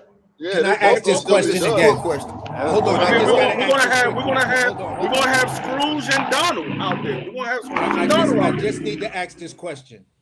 Blue. Well, Tank Dog winged in. Tank Dog winged up. I'm just asking the question, Blue. Why does there need to be a kumbaya conversation between Shakur and Keyshawn before they do anything? I just want your explanation so everybody else can hear it, because I know I've heard it at least 3 times, and I just want to see everybody else's reaction to the answer. Okay. Well, like I said, because they're both going to come to an agreement. Ain't one person just going to say, oh, if they're pointed out to have a fight, they're not going to just say, hey, I'm just going to move up. No, it's not going to be that. They're going to be like, listen, you really want to do this, or what we going to do? That's what it's going to be. Man, don't listen to the Splash Brothers, Blue. At the end of the day, no, it's all good. I mean, it's like they're gonna fight each other for undisputed, man. That's what I'm saying. Bills, it's that's a what I'm saying. Question because I'm asking. Yeah, but what is but the you know, that's the case. Just like with in a friendship situation, you ain't get one person gonna feel like they've been stabbed in the back, and if you're a true friend, you gonna go over there and talk to the person. If you're a true friend. Hold on. They should fight each other, bro. They should fight each other. When that bread get up there, they're gonna fight each other. Hold on. Let me finish this. If you're a fake ass friend, that's when you go make a decision by yourself and say, you know what? Oh yeah, this is what it is. Yeah, we fighting. Oh no, I'm moving up. That's when you make that decision. When you're a fake ass friend, but when you're a real friend and y'all really tight like that, y'all talk to each other because that's what friends do. Bro, if 20 mil on the line, these dudes is finna fight. Yeah, look, and bro, they gonna talk about it. They gonna say, nigga, we making 20 million. Okay, let's do this motherfucking fight. I don't know if it's gonna be no 20 million on the line, but I do know. I'm talking about overall. I'm talking about overall. I'm talking about overall. I don't know if it's gonna be 20 million on the line, but I do know that Shakur is on the side where that guy say, hey, I want this fight. Let's go ahead and make this fight. So what's going to happen then? Because we see Turkey will throw a nigga in the frying pan in a heartbeat. So if he say, "Hey, I want this fight with Shakur and Keyshawn," hold on, D-Free. Why you trying to deflect for Tank, man? I'm starting to wonder. You might be Draymond Green. You might be Draymond Green or the Splash Bro. I'm not deflecting anything. A question was asked to me, and I'm giving my input. A question was asked to me. I didn't say anything about Tank. I wasn't asking a question about Tank. He a little bit older. Y'all want to talk this Keyshawn Shakur shit? Hey, Gooch. What up? They talk. We talking Keyshawn and Shakur. I didn't do it. Everybody else did it. Well, you asked the nigga the question. Keyshawn What and about him? Shakur. Man, Gucci don't care. What He about over here him? talking shit. B&B propaganda, man. Here we go. Okay, Keyshawn and Shakur. Here we go. Go ahead, give your propaganda, man. It's like watching Fox News. Nah, listen, man. He does listen. This No, I'm ain't fucking with Gooch. Yeah, I'm just starting man. trouble Gooch with come my over guy. here and he know he ain't gotta be subtle. He gotta be subtle on his channel. Go on now with your B&B propaganda. Go on. Oh shit! Like, hey man, on the road we don't hold nothing back. Hey, you know what? Gooch ain't been on in a minute, so Because he been paying. Gooch ain't been on a minute because he been working on the roof of B&B and he repainted it. He talking shit. Hey Gooch, hey, you just pulled up, so you get to talk your shit. You know Hey, y'all know what? I did come in because I came in and had a call, but let me go here. If Keyshawn, I don't. There's a propaganda. When he says "Let me go here," you about to hear some propaganda. If Keyshawn and Tank, if Keyshawn and Shakur fight, if Keyshawn and Shakur fights, I hope Shakur comes and be ready to get the bang on. But then y'all already know too how I feel about this shit because what Keyshawn said, they could just do it just for the money and do a dinner like an exhibition and do it like a sparring session. So are we gonna see the best of the shit or not? That's where I'm tippy-toeing about the shit about like I don't know because I don't know what I'm getting out of it. Am I getting entertainment or am I getting a real fight? That's why you can get it. What you would get getting is a pre-warm up and then the fight because I'm guarantee you emotions gonna flare up. Man, put them two belts on the line. Put some money on the line. Make that shit serious. You two niggas want to go in there and act like y'all buddy and fuck up that money and the belts and all of that. Y'all could go right ahead, but the sanctioning bodies and once the decision is rendered, one of you motherfuckers is taking a loss. Nah, that what y'all want. That what y'all want. Fight. I think he's going to dominate Shakur in the mental warfare It's going to end in a aspect. draw. It's going to end in a draw. What? One of them going to sit there. You know what I'm saying? They gonna get a punch gonna get thrown. One of them gonna take a knee. It's gonna end up. You know what I'm saying? And then what's gonna happen? Wait. Oh, now we in the land of the draw. Now we enter the land of the draw. It's gonna put it in draw. God damn! Hold on, wait. Because I was trying. Hey, this is Murderers Row. I'm starting some shit right now. Listen, this is Murderers Row. I'm talking my shit. What's up? Shit. Oh wait. Who's putting on the controversial draws? That's wait, AC, wait. Mark. Yes. What did you say? I said Keyshawn is gonna sell the fight. Yeah. Between Keyshawn and who? And Shakur. Who do you got in that fight? I got Keyshawn. And I think the nigga is gonna beat him in the mental warfare aspect of the fight because Shakur is an insecure little ass nigga. And yeah, I think that shit's gonna be beautiful. Wait, I but can't wait for that fight. Before anybody answers, Marky. What? Do I influence you at all in any kind of way? Did you what? Do I influence you in any kind of way? No. Yeah, you led the witness. Yes, you did lead the witness by you saying what you said. No. You knew the outcome. No, he said what he said. He said what he said. Let him say what he said. He said what he and said. I have a dislike for Shakur. That's just what it is. Hey, he knows this. See, Pop knows this. He led the witness, and that's why he asked him. He did what he did. He trying to shake up the pot, but that ain't gonna work. I ain't him leading no witness. Pop the witness just admitted to being biased, so everything said by the witness can't be used. Like, come on, man. Can't be used. Man. Pop but that's why I said. That's why I said what I said earlier. I speak unbiased the facts. witness just admits to being biased, Pop. Pertains to Shakur, Pop. Hey, Pop led the witness like a motherfucker, boy. Anything the witness says can't be used because he has already admitted badness to Shakur Stevenson. Anything the witness says is fact. I mean, we all got we all got our bias. You know what I mean? Hold on, wait. Hold on. Hey, Gooch. I got another one Yes, for sir. you too. Hey, Gooch. Yes, sir. Who you got? Keyshawn, Oh my Shakur God. Stevenson. I like Pop. Man, we know the answer, bro. You know what? Who's Tank gonna fight next? That's the real I answer. don't That's the even real know. answer. Like, I could have sworn I said Gooch. Did I say Blue Y'all or did I say Gooch? I'm gonna ask everybody on this panel. So, Gooch, who you got? I can talk now. I can go. I'm just making sure. I don't want to. Y'all know who I got, like Blue said, but I'm gonna say this.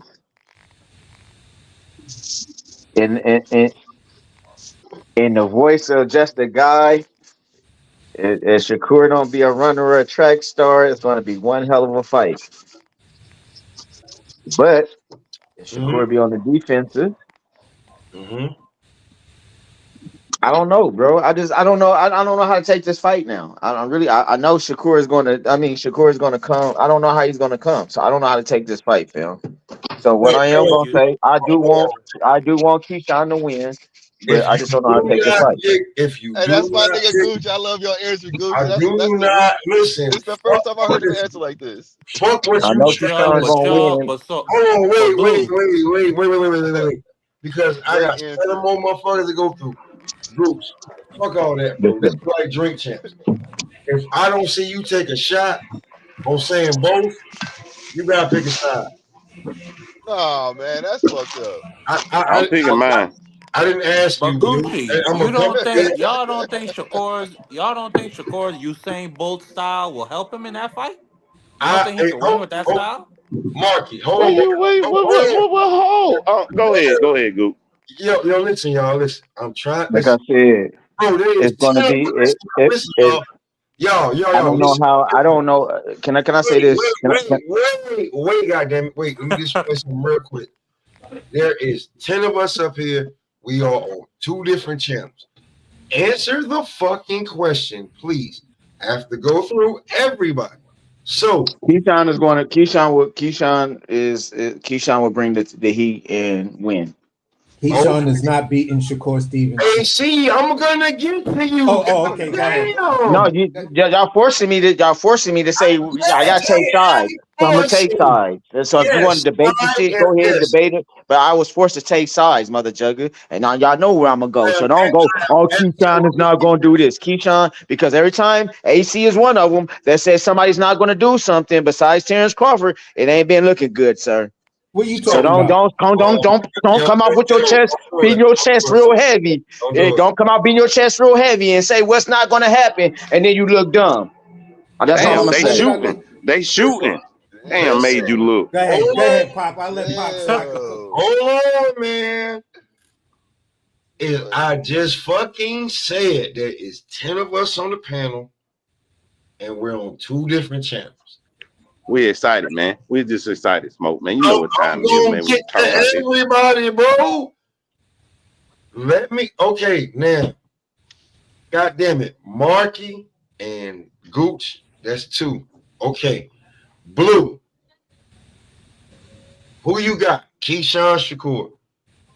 Shakur, you know that. Okay. Bills. Who you got? Keyshawn, Shakur.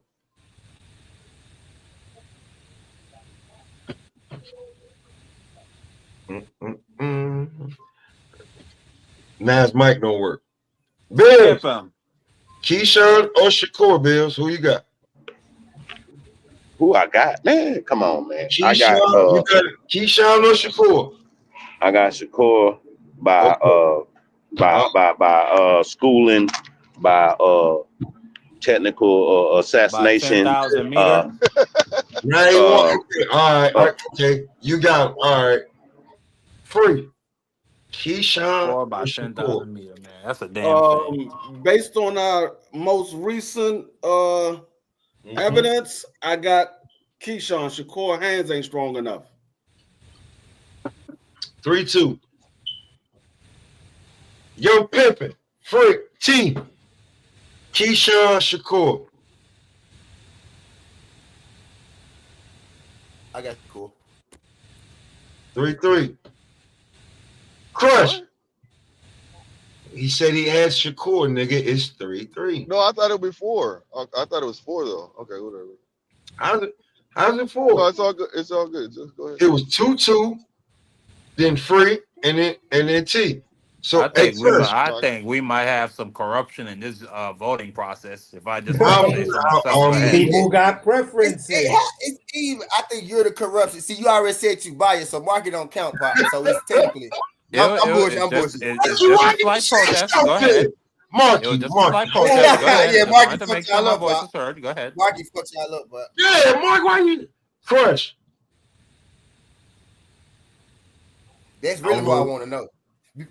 Because that's who really gonna tell it. Like that's how we really gonna know who gonna voting win. fraud. We got motherfuckers not voting. We don't really have a result. Everybody voting, nigga. I made sure that it's 2 niggas that didn't vote. Who you? I didn't ask nobody. Listen, I'm not done. Okay, if you be quiet and let him go through the panel, you will hear. I got the 2 at the bottom. And I got the 4. Nigga, we deadlocked. That's what I'm saying. We 3-3. Yes, and I'm about to ask Crush. You ain't Crush. I think Crush doing something. Yeah, Crush. Well, I'm never happy. All right, cool. Yeah. Okay, cool. Bye. Who you got? I normally don't pick fantasy fights, but because I don't think it's gonna happen. But me either. Since Shakur's hands magically healed after the Roach fight, and he on that snack pack. Oh my God! Oh my God! Come on, man. That's terrible. Come on, y'all. Hold on. Good job, buddy. Good job, buddy. Good job, buddy. Hold on. Good job, buddy. Body know how to take his shots, bro. Yeah, you know what I'm saying? Hold on, man. It's still even. Like the Marky and Body tainted, right? So they even out, right? Body did a right. Hold on, man. Wait. Y'all, everybody said all this shit. Body been quiet like 30 minutes. That man said one thing about snack, and y'all like, man, hit dog holler, man. Listen, let that man finish what he said. I let everybody say what they'll go. Caleb with snack too. Don't do my boy. Like everybody. So hold on. We ain't talking about Caleb right now. He just throwing a shot like everybody else threw a shot. Hey, hold on. Wait, what you saying about Bud Crawford? So what y'all saying about Bud around here in these streets? Wait, man, but listen. If a nigga throw a shot, you cannot. Your feelings cannot get hurt if you've been throwing shots. We listen. There are no glass houses around this motherfucker. We listen. You see this shit going down on the bottom? On the road, we hold nothing back. So listen. If that man gonna throw a shot, and he got some fighters that he like that's probably on snack. But just right now, you know what I'm saying? Keyshawn is on snack. Nigga, why? Listen, if you want to throw a shot, listen. Here's the thing, though, Marky. It's not your goddamn turn to throw the goddamn shot. So, it's gonna be my turn to speak facts, though. Go ahead. So right now, it's Body turn to throw the shot. So like Hitman holler, hey Body, if you want to bring it back, you want to bring it back. I'm your little brother. If you want to bring it back, like you know what I'm saying, start it all over before you start it. Go ahead and let that man tell you how he feel. Go ahead. Yeah. I love these legal terms going on. I say this, man. At one point in time, Shakur and Devin were like BFFs, right? And they were BFFs until they were not. And I think part of the media, part of the fame, part of the name, and it's coming to a head. I already said once Keyshawn get a belt, the dynamic going to change. Because before they wasn't even entertaining it. Now they throwing these inflated numbers. But a little bit from what I seen with Tank Roach and how he was acting with Roach, it's like I'm kind of with Gooch on some real shit, not no troll shit. I'm not trolling right now. But Gooch touched on the point that I said. I was thinking the same. I was like, well, if they're gonna be all friendly like that, I don't even know if I want to see it. I don't know if I want to see it if they're gonna be friendly and pulling shots and they're gonna, you know what I'm saying? But I think ultimately because Devin and Shakur were inseparable for a second. And now look, and then it wasn't until after Devin got beat that Shakur was like, nah, he's a great fighter and blah, blah, blah, this and that. But at the end of the day, I got Shakur, man. On some real shit. I really got Shakur. Boom. See, look, niggas didn't even think they was gonna hear that answer. Can I get my answer? And you up next, and it's me. Go ahead. Okay, I say it like this. The only way I feel Keyshawn beats Shakur is if Keyshawn fights Tevin Farmer and beats him. That's the other defensive specialist at 35. Get yourself, run your race. You get a Tevin Farmer fight. I might give you the edge, but as it stands up right now, as it stands up right now, I'm gonna say the technical and experience factor of what Shakur Stevenson brings. Although I'm heavily critical on the dude, I just don't see any way Keyshawn beating him. I just don't see it. I don't see it in the numbers. I don't even see it in the points. So my vote, hold on. So when it comes to my vote, right? Because what we looking at,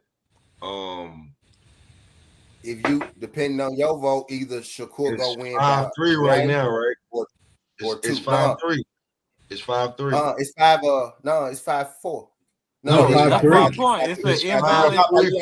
Right, 5-3. You got exactly. It's an invalid vote. If Pop go for wait, like I don't know what Crush is doing. I don't know what Crush is doing. We got two niggas that ain't voted. This whole thing, it should be Everybody invalid. voted but me and Crush. Everybody voted for but me and Crush. I went and like everybody. I asked everybody. So, it's no brainer. I got Keyshawn, and I got Keyshawn by knockout. I don't even care. Ooh, that's gritty. Okay, That's gritty. Okay. Right. That's gritty there, bro. Huh? I said that's gritty right there. That ain't gritty. You knew who he was picking. Come on, Splash, brother. I'm just saying. I did. I'm saying it's I gritty did. the fact that he got it by a knockout. I got it by a knockout. Come, AC, you passing the ball every day in practice. Hey, Pop, did you peep CJ with the suppressing the minority vote though? Did you peep it with the suppressing the minority vote? Now, I don't know what Crush would say, but like whenever he pull back up, I would love to know what he would say. So Keyshawn. Yeah, me too. Hey, hold my spot real quick. I gotta hit Cam up real quick. Hold my spot real quick. So right now it's 4-4. It's 4-4. No, it's 4-5 Shakur.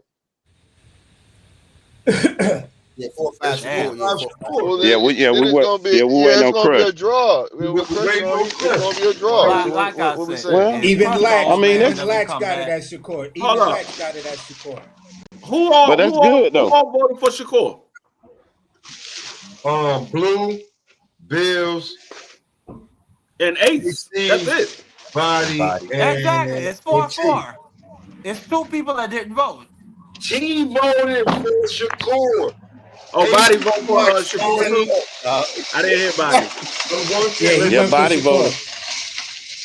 AC, Body, T, Blue, AC and Bills. AC finally want to be on the right side of history, man. Oh wow! I finally want to be. I can pretty much tell you. I think Crush is going to vote for Keyshawn. Hey yo! Me too. Me too. But Crush be surprising me a lot of times. CJ going for Shakur. Decided. Allow me to be like Hold up. Allow me to be like Florida. I'll be like Florida in the year 2000. I'm gonna break all this shit down, man. I'm gonna break the tie. You know it's Shakur, man. He just he way more experienced, way more skill. Hey yo, No hate on Keyshawn. It will be a great fight. I would love to see the contrast of styles, but I gotta vote for Shakur, man. So I'm casting my ballot with that. And y'all got it. Check this nigga citizenship. I'm gonna stick Fuck with the that. guy with the healthy hands. I'm gonna stick with the guy with the healthy hands. The healthy hand, goddamn. Because Yeah. if you can't hurt Keyshawn, he gonna bully you. He gonna bully you. So shit. Hold on. Wait, y'all. I'm so sorry. By the way, my fault. TJ, your vote don't count. He wasn't here when we first started. So we're still waiting on Crush. Oh, come on. No. That's like I said, like the 2000 election is controversy all over the place. No, we can't pull that. Goddamn discussion, CJ. Wasn't here when we The first nigga to cast his vote. That's what I'm going with. Fuck that. I'm sorry. Like, I enjoy your commentary, but your vote doesn't count. No. I mean, hey, smoke. Since CJ here, let's go with something that's a little bit more realistic. Since we don't think Keyshawn and motherfucking Shakur gonna fight, what about Shakur and motherfucking Tank? Y'all trying to motherfucking let him ride off into the sunset? No, talk that talk, boy. No, we're not. See, here's the thing, right? I hate the feelings and you trying to take it somewhere. We're going to talk about fights that are actually about to happen and going to be relevant. You may not They like supposed to happen. Doing something. So They supposed to happen. That fight may happen, but let's go to the land. I'm gonna end the landscape of the 135, and then we're gonna move on because it's murderous. Every time I say something about Tank, you wanna swim away. I see it now. I feel it. Hey, look, he doing the backstroke and shit. That motherfucker, that Michael Phelps, boy. When you get talking about Tank, backstroke. I can't here's the thing, bro. I'm gonna say this to y'all. We was on, I put the link out early in the motherfucker, sent the back call, told everybody what time. T late in the motherfucker. I hit T late because he was already live, right? I was in the group chat, man. I'm cooking and doing all kind of other shit, putting shelves and shit together. I got shit to do. Not my fault. I'm listening though. Not my fault when I dropped the rope. Nigga, I can't. That nigga say you talk about what I want to talk about. That's what he's saying. That's what he's saying right now. So what I'm saying is that breaking news. Yeah. We doing break. It's so. Wait. We everybody was here, and then I let everybody keep the shit out of the tank, and then we officially moved on.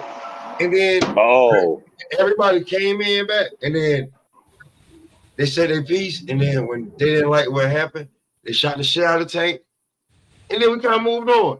And then niggas came back, and this is where CJ just jumped in.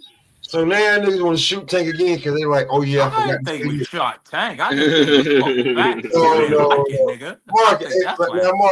Mark, hold on. Here goes CJ. Now, Mark, you shot him, body shot him, AC shot him, Chris shot him. I don't know if Goose shot him. Just T being here is shooting him. Bill's definitely if shooting somebody, then I'd be emptying the clipping niggas. I'm guilty by association because I'm on here. Yeah, definitely. So, we was going to talk about some good fights and getting. I seen that. I seen that. I was ready for you to say. I was gonna say I ain't said nothing today, Pop. No, I didn't shoot him. I was ready to say no, I didn't. But listen. Me and this nigga was just arguing. If we was in front of each other, we was gonna fight. And right now yo, nigga, you good? I don't know how many joints you got, but the roll. I'm gonna do the roll right now. So this is what I'm saying. Get your shit off right now because when it comes to 35, Zepeda is about to fight Tevin Farmer again. All right. So You I say want get to your. know, you know what I'm saying? Okay. I'm about to jump off because I know some other people want to get back on, and yeah, I'm gonna get my Tank shit off. I'm celebrating with him that he ain't get that shit overturned. Good for Tank. He ain't got nothing but a one on all the way on the other end. Yeah, a draw. Yeah, and I hope they do a rematch. And whenever he fight Double S, and when he fight Double S, we gonna see what the real deal is. Until then, and if he beats Shakur, cool. I'll come on here and let y'all talk shit to me. But I don't give a damn. I just want to see the fight. Salute. But at the end of the day, all right. Yo, Bill, lay to death, bro. Huh? Lay to death. I know you. No, don't start that shit. That's what you say to motherfucker when you about to shoot him. You about to shoot him. I love you to death, bro. I'm my brother's keeper. Hey, I'm my brother's keeper. No brown in you, exactly. Yeah. Man, I'm out, man. I'm my brother's keeper. Damn. He said, I'm my brother's keeper. Damn. Yes, I am. Yo, am I my brother's keeper? Yes, I am. Am I my brother's keeper? No, Nino said it. Nino said it, but he said it, slow, deliberate. He said, "Yes, I am," and he popped that nigga in the forehead. Okay, CJ. Damn. I'm gonna give shout out G Money. 30 seconds to shoot Tank. Some call him G Money, some call him Tristan. I'm gonna give you 30. Now Tristan was a motherfucker. I'm gonna give you 30 seconds. Hey, I knew somebody was gonna know what I was talking about. You do realize G Money. Bro, I knew that shit, nigga. You do realize G Money was called CJ on House of Pain. Yeah, that's right. I forgot about that. Here's the thing, though. He retired as CJ. He retired as CJ D. Here's the thing, though. He retired as CJ D. Here's the thing, though. G Money. And CJ, I fuck with you on that. What's up? All right. G Money and CJ, but that nigga Tristan, when his daddy asked him why you gotta be who you got to be, and that nigga said, "Cause I'm good at it." Never mind. Yo, you know what? CJ, go ahead. You got 30 seconds, yo. Nigga said, "Cause I'm good." Nigga said, "Cause I'm fucking good at it." CJ, they go your 30 seconds to shoot the shit out of Tank, and then we got some fights. See, y'all got the game fucked up, champ. That ain't even what I'm up here for. But I'm gonna speak on it. Shoot Tank, or no. Yeah, but listen, I can give you.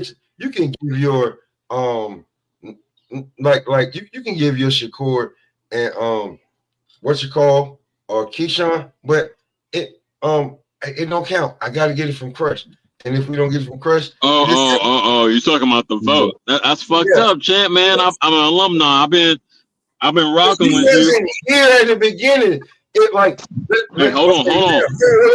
Wait. Let's say you was here, and then somebody jumped up here and fucked up your vote. You be like, "Yo, Pop, I'm an alumni. That's some bullshit." As an alumni, you gotta know. I respect it, and motherfuckers is gonna run with it. If in the chat, you know what I'm saying, you got it, but. Yo, on that note, I got a request. Stop doing that shit. I got a request, Pop. I got to request a special exemption because today, 28 years ago, unfortunately, Biggie passed out here on the West, right? So we should be trying to unify. You should be extending that olive branch out to me and let me get my vote in. As a I seen you at the enemy spot. Man, fuck the West Coast. No, yeah, you ain't seen me over there. West Coast on today, man. Fuck that bullshit. Fuck the West Coast. Yo. Okay. I'm gonna speak. Nah, I'm gonna fuck with speak. you. Nah. On some real shit.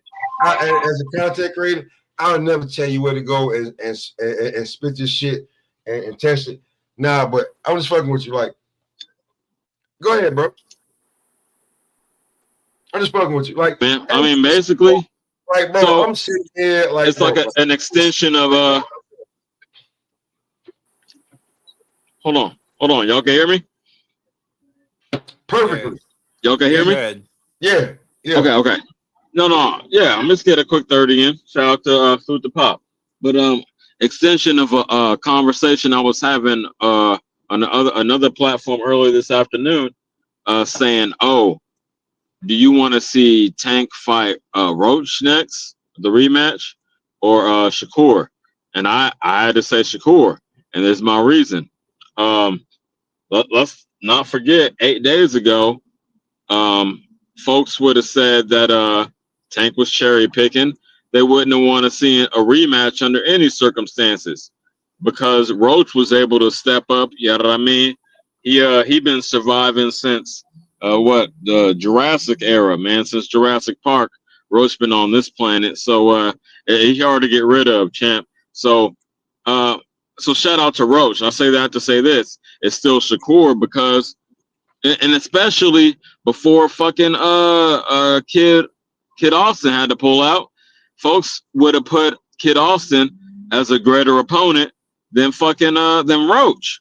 So it's bullshit. That shit happened outside of Shakur's outside of his control, and now we saying fucking we want to see the Roach rematch more than a Tank Shakur. So that's where I'm at with it. That's what I want to see next. Hopefully we get it. Okay. Quick rebuttals because we're Can going. I shoot the shit out of Tank Hold for on. 10 I'm just saying. seconds? Hold on, Mark. Let me say this. I'm gonna let you go. Quick rebuttals, and then because we're going in the 2-hour mark, and we're gonna run this boxing shit up because everybody up here no boxing, and we got some real fights coming up, bro, that I want to talk about on some real shit. And all right.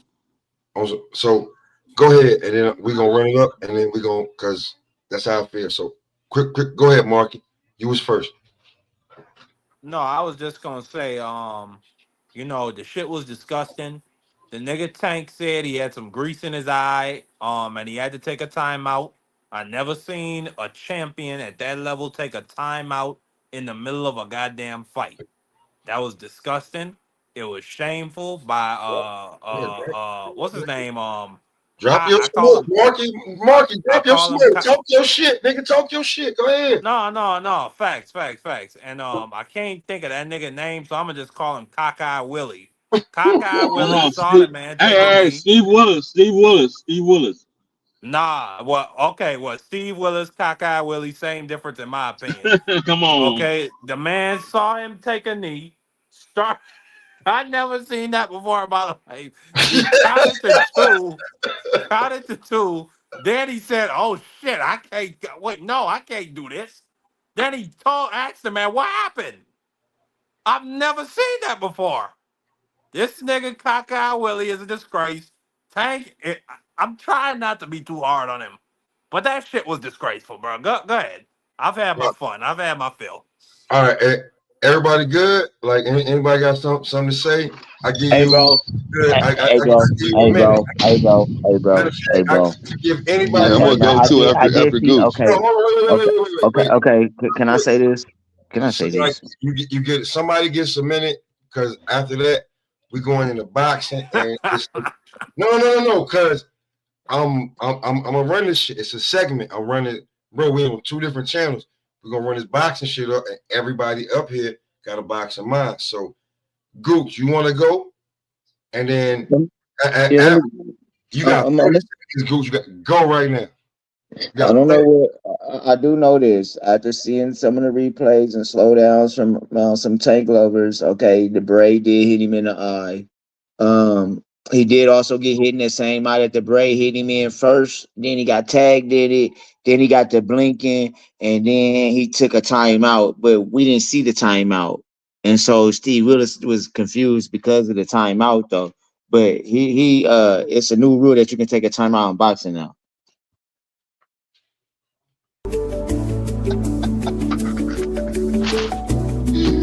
My nigga said it's a new rule. You can take a time out of boxing now. That's my nigga. I've had to reset on that one. He said, "Fuck all that. We wiping the slate clean." Did he do that cross, that cross shit you do with your arms in wrestling when you need a medic? Is that how you call for a timeout in boxing? Hey, the X, the X. Gooch got like 10 seconds left, man. Let Gooch keep cooking, man. Wait. Let Gooch get his 10 seconds. I want to go next. Wait. Gooch. I dropped the mic. Hold on, wait, bro. Hold on, wait. Y'all niggas is not contact. Y'all niggas don't. Y'all niggas talk y'all shit. Gooch ended this shit like he was supposed to. Ask him right now. Ask him. I dropped my mic. He dropped his mic. He gave his 30. So okay. now. So let me get my 30 off. Hold on, bro. You can't say nothing from the past 2 hours. You trying to interfere in the ass whooping like cockeyed Willie. That's what's going on. Let Ohio run boxing and get his 30. All I wanted to say, I just want to talk about. This is why AOT. This is why niggas don't like Stephen A. I'm moving on to a different segment after 2 hours. Niggas want to keep talking about the past. No. Man, you said 30 seconds. Can I get my 30 seconds so we can move on? No, nigga. Gooch had 30 He cold blooded. You biased. 2 hours. Yeah, that's that selective hating going on right now, Pop. Listen, bro. I do not know you niggas right now. It was. I do not know you right now. God damn, that's some New York talk. That's that New York talk.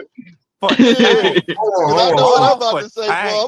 I just need 30 seconds, man. Marky. Hey, Marky. Hold on, wait, real quick. Hey, Marky. What, nigga? Marky, did I not allow just slander? And then I said, yo, man, we coming to the 2 hour mark and we're going to start talking about some real boxing. I mean, you did say that initially, but then you also said hold on. You also said you was gonna pass it around the horn, and now it's Ohio run boxing. Ohio run boxing reclaims his time. I yield to the Ohio run boxing. Go ahead, Ohio. Listen, hold on. Ohio run boxing not even up here. 1, 2. Everybody that came up here, I rewinded the clock so they can say whatever they fucking felt about how they felt about the Tank Roach fight. I think Marky's drinking. Okay, so hold on. If you rewinded it, let me get mine off. Yeah, let me get mine off because I only need my 30 seconds. I was waiting patiently. Not trying to interrupt. Okay, now, okay. Go ahead. You got 30 seconds. Hold on, wait. Wait. Hold on, wait. Yeah, I'm gonna time it. That's my nigga right there. Appreciate you. All right. Now, go. Okay, cool. This is all I'm gonna say. Look, I didn't expect Tank to react the way he reacted. You know what I'm saying? In the Lamont Roach fight, when he fought Lamont Roach, doing the shoulder, telling him, in the 12th round, that you ain't gonna win this fight no matter what. Just going to tactics like that, just because he went through some real adversity. You see what I'm saying? And I feel like that's just sad. You know what I mean? So that's all I wanted to say. I thought he would. I really thought he would just be on a different level when it came to going through adversity. He wouldn't falter like that, but he did. So it is what it is. That's all I wanted to say. Now, I'm just gonna say this. I'm just not gonna be petty, but I am, because I live in New York and I fuck with 50. I gave you 40 off the rip and you took an extra 20, so you took a whole minute. Now, we gonna get back to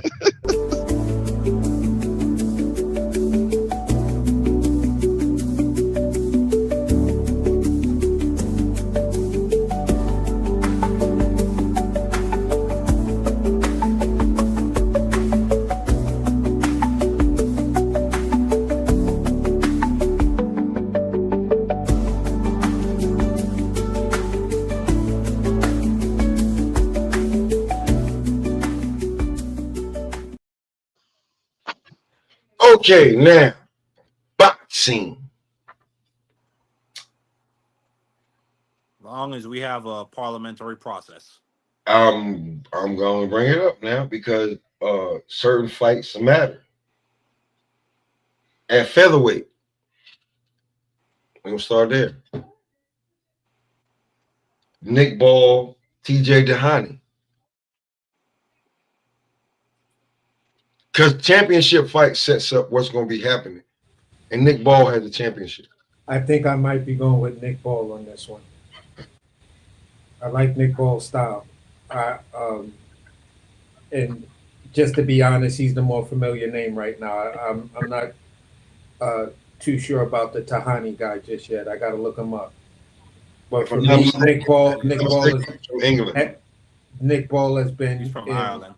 Ireland. Well, I'm sorry. Yeah, but I'm just gonna say it like this: from me looking at most of the fights in Nick Ball, he's always for the most part, he's been putting himself in a position of at least trying to make the fight a 50-50 fight as close as possible. He's a real one to me. Whether or not I'm absolutely sure on that, I can't really say because I'm not going through all of his. No, it's okay. It's okay if you pick, bro. But stylistically, everybody haven't seen these fights. Yeah, stylistically, I like Nick Ball. I like Nick Ball. If you like fights, bro, today is March 9th. I didn't even bring up the other shit. It's on ESPN. Kishiro Tajira versus Sergio Urikiri Akawa. Like, niggas is not gonna watch that fight. So Nick Ball versus TJ Dehani on TNT Sports. I don't know what, like, that's a championship fight. Like, trust me, I'm not gonna run through all these cards like that. I'm gonna run through the cards that make something like make everybody feel something like so. No, but remember, we got, I don't know if you can see, but we got 9 people up here. Like, so, everybody gonna want to say something. So, like, I'm asking. So, AC, you got Nick Ball. Yeah. Hey, Bobby. Yeah. Nick Ball, TJ Dehani. You know what I'm saying? We're gonna get into boxing. We're gonna run some boxing down, bro. Like, niggas don't run boxing down. Like, I don't know if y'all know, like we can be up here a good minute talking boxing. Like, nobody got to go nowhere if you ain't got to. So, Nick Ball, like, yeah, no bullshit, bro. Like we not 9 people on the panel, 2 different channels. We spreading the word. So, Biden, who you got? I think Doheny can cause him some problems, but Father Time, man. I think Father Time gonna catch up with him, man, and he got a beating from Inouye. So I'm gonna go with Ball. I'm not the biggest Nick Ball fan, but I'm gonna go with Ball. T, who you got, bro? I've been fucking with Ball for a little minute, so shit, I'm gonna take Ball off the walk. But I do know who Doheny is actually, and he do got a little fire behind him. You know what I mean? But Nick Ball probably gonna stop him like 7 rounds, something like that, 6-7 rounds. Blue, you up next, nigga? Hey, I'm gonna be right back. I don't care if he's from Ireland, if he's spiraling, Nick Ball is 7. All right. So, hey, Blue, you up next, nigga? If you don't know, nigga, you just got picked. One of the niggas is black, and the other nigga got to do something. But one of the niggas brown. You know what I'm saying? So that's like black white. So on some real shit. Hold on, what'd you say? Nick Ball or TJ Dehani? Nick Ball. Oh, Nick. I'm gonna go with Nick Ball. Just because. Yeah, I know who Nick Ball is. No, I'm talking about, do you know who TJ Dehani is? Yeah. I'm gonna just go with Nick Ball though. You got Nick Ball. Crush, are you at work? Are you on? No, I ain't at work, man. I don't be at work. Okay, so first of all, man, Okay, so first of all, yeah. hold on, wait. Before we go anywhere with what we just started, Shakur Stevenson, Keyshawn Davis. Who you got? You are the deciding vote. Keyshawn Davis or Shakur Stevenson. Who I got if they fight each other? Mm-hmm. They beating each other to F up. No, for all seriousness, man. I'm gonna go with Mr. Businessman. We even. We fucking I told you. I told you. I could have picked that shit. I told y'all. We did it, Crush. Yeah, but we we did knew that. Hold on. We knew he was gonna pick Keyshawn though. Come on now. Yeah, You said that. you I ain't said doing that. damn. Now sometimes Crush be surprising nigga. Now sometimes like very unpredictable, my man. You didn't know damn thing. I'll be That's real why I with had you. to know. That's why I had to know I what he was had. hoping. What he thought first. Hey, it's only two dudes that normally know what I'm going to say. Bro, if we know each other on this motherfucker, T know I was sweating. I was hoping Crush said Keyshawn. Fuck you, T. I know. Hey, look. I know That's you. some goddamn I know cat you burgers. tried to cut CJ off because you know he's gonna pick Shakur too, nigga. I feel like that was a very fair voting process, so I don't even know. Oh, what now your you thoughts on feel it. wild.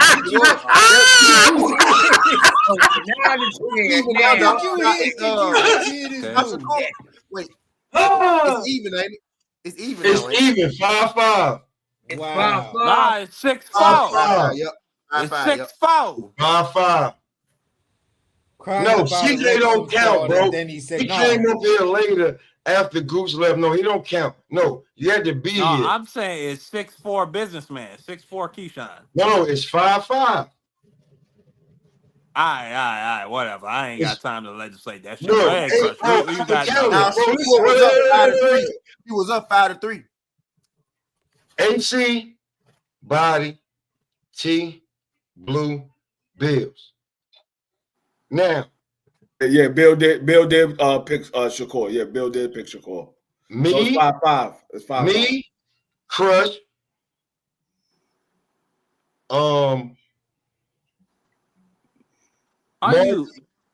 Marky, the nigga you arguing with him, he picked. He picked and D3. Leo. And who else was up here with pick? Pastor. And Gooch. So it's 5-5. Yeah, it's 5-5. 5-5. So when they get to that, all right. So Crush. Yo. Nick Ball, TJ DeHoney. We're gonna get to some boxing. We're gonna get to some boxing. I'm gonna keep you interested. Because you know, when we get to the big names, niggas be so we get to some boxing. All right, so let's get all this easy shit out the way. Nick Ball. Feeling great. Maybe stop him inside 8. So you got Nick Ball? Yeah. Marky. Yes, that was quick. Marky. Who you got, Marky? Like the rest of the panel said, I got Nick Ball. I see him stopping him somewhere in the middle to late. Somewhere early to middle rounds, maybe rounds 4 to 7. TJ Doheny, it's like Body said, the timing and the style is terrible for him. He's an old, aging fighter. He's past his prime. Nick Ball is somebody, he throws a lot of volume. He's a very vicious and aggressive fighter. Nick Ball. Fuck you talking about? Exactly. There you go. And he's going to stop him probably rounds 4 to 6. I told you about this dude years ago, long time ago. This Nick Ball dude. He was still like a prospect, fight on the prospect card. No, I was telling niggas about Nick Ball when I seen him stopping all these tall dudes. And Dr. Smith better than Nick Ball. But yeah, Dr. Smith, the next dude at 140. But my bad. Go ahead. I digress. But yeah, but you never know. TJ Doheny could also maybe make it a little bit tough for Nick Ball early. If he's able to keep Nick Ball at mid to long range, but I don't think he has the footwork to evade Nick Ball for too long. I don't think he has the gas tank to do that either. So yeah, I see him getting stopped. It's just a recipe for a stoppage. All right. Oh Free. yeah, and TJ Okay. Doheny, I think it's his first fight at 126. He's a career 122. I'm glad you threw that in there. Free. Who you got, Free? Because the next shit that I'm about to ask, I don't even know if the panel want to even vote on it. But go ahead, Free. I still got this cool question for y'all when y'all ready to. Like I know y'all don't know. I'm gonna tell y'all. All right, bro. We gonna run that. We gonna run that. Go ahead, Free. It's a 10 age difference in age range. I'm gonna go with Nick Ball's 7-round stoppage. This dude, 38 years old. Yeah, I don't think I mean, after what I saw what Nick Ball did with Raymond Ford, I'm convinced that Nick Ball is a legit fighter. I wasn't convinced before, but what I saw what he did with Raymond Ford, I'm convinced he's a legit fighter. So I'm gonna go with Nick Ball with the youth on his side and the more volume. I think he's gonna overwhelm this dude and stop him in the 7th round. See, I couldn't, just to piggyback off that, I couldn't remember old boy's name, but I think that was the fight that, had me really looking at Nick Ball like, yo, this dude's a problem. He could seriously be a problem. It was He's got Ford. he's got some things he needs to work on, but where he is right now, he can make some noise if he might be talking about the fight right before that. He had a draw. No, he really won that fight. That draw was a robbery. It was a gift to Vargas. He had like two good ass fights back to back. He had like two good ass fights back to back. Those two, I saw those were like those two fights back to back. Those were his fights I actually got to watch. Everything else was more so watching highlights or just a highlight reel of his fight. Now, really. I mean, yeah, he had a nice little stretch. He had Isaac Dog Day, then he had Ray Vargas, then he had Raymond. That Dog Bay fight, that was a good fight. Put him on the mat because he had a nice little stretch. But Mark, he just beating a motherfucker with a name like Dog Bay does something. Like, even if he was a good fighter, because Dog Bay was on a serious win streak at that point. He had beat some motherfuckers leading up to that fight. Yeah, he did. Yeah. And he was on a little comeback with that's why you got he'll fight anybody, and he ain't running in no fight. Like, he ain't going the other way. Like, he coming forward. Yeah. He moving forward at all times. He just had to get away from his father, and you immediately saw the results. Yeah. Yeah. What's next, Bob? All right. Damn, bro. All right. Who you got? You ain't say who you got. I got Nick Ball. Very this simple. One right here, this one right here, like, worth talking about because the make sure March 15th. Oh my God! I didn't ask us about Keith Thurman in damn, bro. Like a matter of fact, because that fight coming up in a few minutes. Few days. It's on today. His name Brock Jarvis. This is his name, man. Jarvis Brock. I don't even know the nigga name, bro. Like, I seen Keith. That nigga sound like a Marvel character. He used to fight. He used to fight at like 140 or something, though. That's the crazy part. If I ain't mistaken, they're the same guy. I think it is. That nigga used to fight like at 140. I seen Keith trolling the shit out of him. And that fight, I'm gonna take Keith. I'm gonna take Keith in that fight. As long as Keith don't fall out the ring like B-Hop, I think he'll be fine. I don't think it'll be too bad after he loses. So hey, you got Brock Jarvis beating? No, T. No, this dude, Brock Jarvis used to fight at 126. I knew I won triple. What? I knew I won fucking. Yeah, he used to, bro. He fight at 126. He just hold on. What year did he start fighting? He fought at 126 in 2020. Right, bro. What year did he start fighting? How old is he? He like he fought at 130 in 2021. He fought at 135 in 2021. He fought at 140 and 122. I'm sorry, at 2022. He fought at 140. I guess this is 140 at in 2023, and he fought at 60 in 2024. So he went from 140. I'm like Brock Jarvis. I know that ain't who the fuck I think it is. He's a fight all the way down at 122. Hold on, that is who the fuck I think it is. He got two last names. Yeah, Thurman. Oh, my bad. He fought at 122. He fought at 122. Damn. Gets even And more. I caught on to him around 140. Hold on. This dude fought at 122. I didn't know he fought at 122 and 26 and shit. No, the dude fought at 118. Oh my God. Don't say no more. Don't say no Thurman more. finna beat the hell out of him. Well, but how old is he, DeFrilio? He might have been a this teenager. dude fought at, Maybe he had a growth spurt. He is 27. Oh, he young, so that don't matter. No, he young. That lightweight shit don't matter. Okay, look, he's 27. He started his career in 2015. When he started his career, at 17. he was fighting at 115. He was fighting at 115. He started when he was 17 years old. I mean, he might have had a growth spurt, DeFrilio, around 2020. No, this man fought at 118. He fought at. They don't even have the weight class. Did y'all see what Keith Thurman did to Barrios? He about to kill this dude.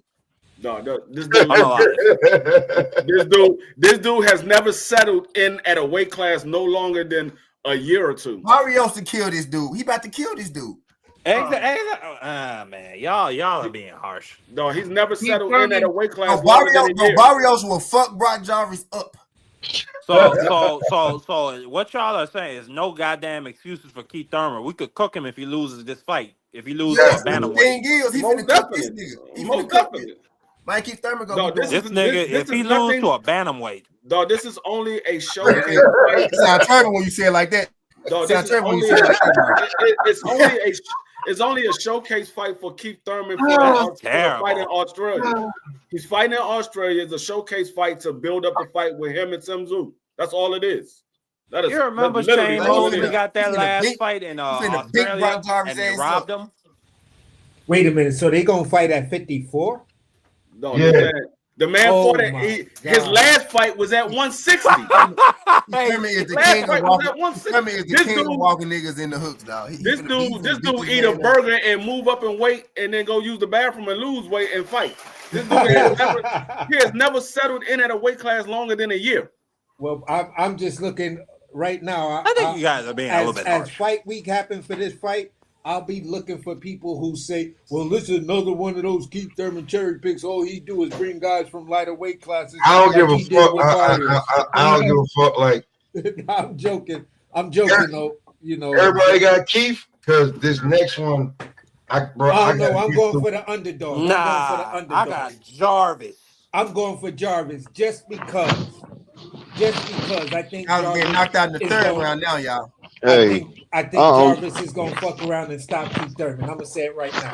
Man, Jarvis. Hey, look, I'm going for Keith, and the only reason why is because he was talking his shit, boy. He was talking his shit. He's like, put the gloves on this man, It's old bitch. I don't blame him. He was talking his shit. I don't blame him. He was talking his shit. Well, that's the only reason why I'm saying. That's the only reason why I'm saying it. That's real shit. That's real shit. He was. Hey, look, I was like, this nigga Keith, he's under this nigga's skin because you can tell that he wanted to say more, but he couldn't really just. You can the camera. Because look. If the cameras wasn't on him, nigga, they would have just been talking shit, and Keith was. You would have saw that Keith got up under his skin. I got one better for y'all. 2 years ago, this dude was fighting at 140. Guess who he got knocked out by? Oh shit. Oh, this man been stopped. Oh, damn. He got not TKO. He got knocked out by Liam Prowler. What? Okay, so I'm definitely going with the underdog now. Fuck that. That nigga got knocked out by Liam Prowler. I'm going with the underdog. Hold on, let me look at What round? Going for Keith. What round? I don't like Keith Thurman. It was round one. Mikey Thurman knock his ass out in the third round. Thurman knock his ass out in the third round for real. Yeah. Bro, Brock Jarvis is a plus 265 underdog. Let me This see the nigga got odds on his knocked out method in of the victory. first round. Not a TKO. Knocked out cold.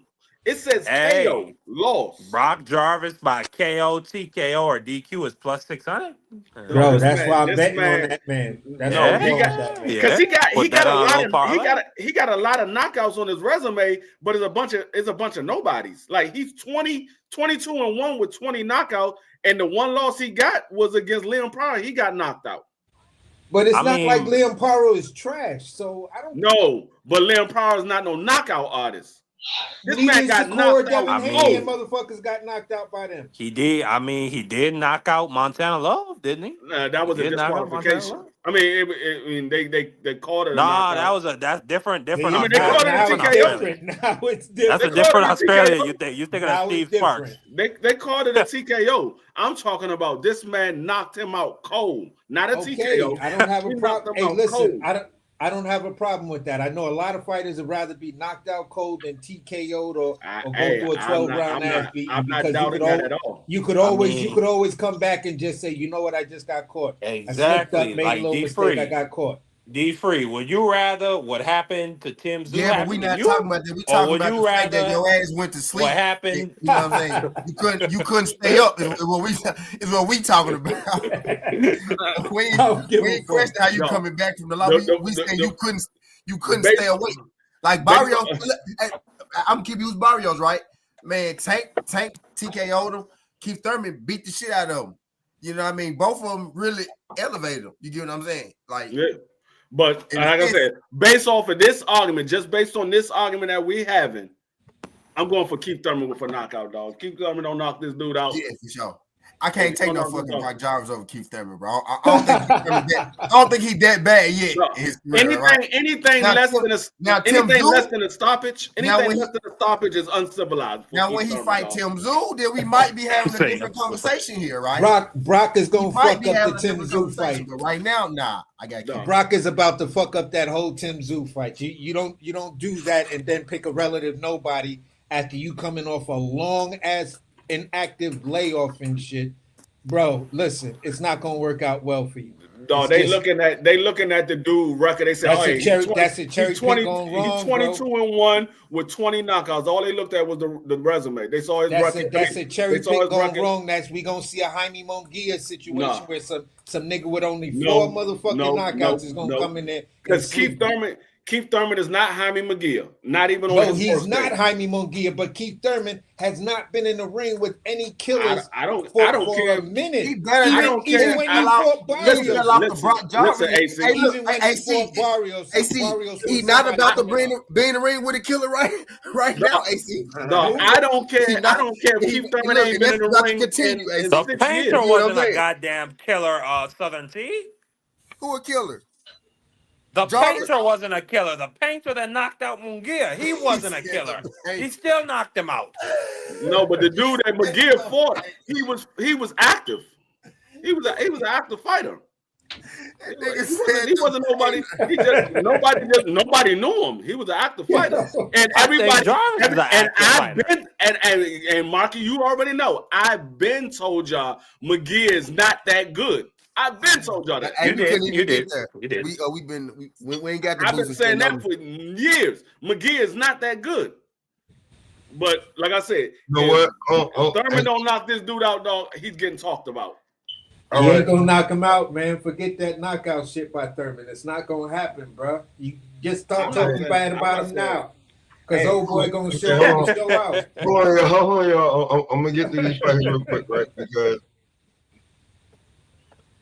you want to talk about Boots and Stanionis?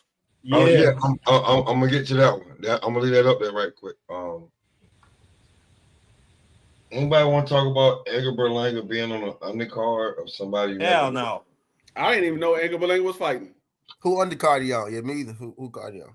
Man, Edgar Berlanga need to take his Canelo fight money and go open a club in wherever in New York. I don't know the goddamn bros. Hold on, Marky. Hold on, Marky. I didn't even know the nigga was fighting. He's fighting on the undercard of Austin Williams and Patrice Vonleh. Wow. I thought you said Austin Reeves and LeBron. I was about to say these niggas fighting. I thought they played on the same team. He fight on Ammo Williams on the card. Yeah, that's crazy.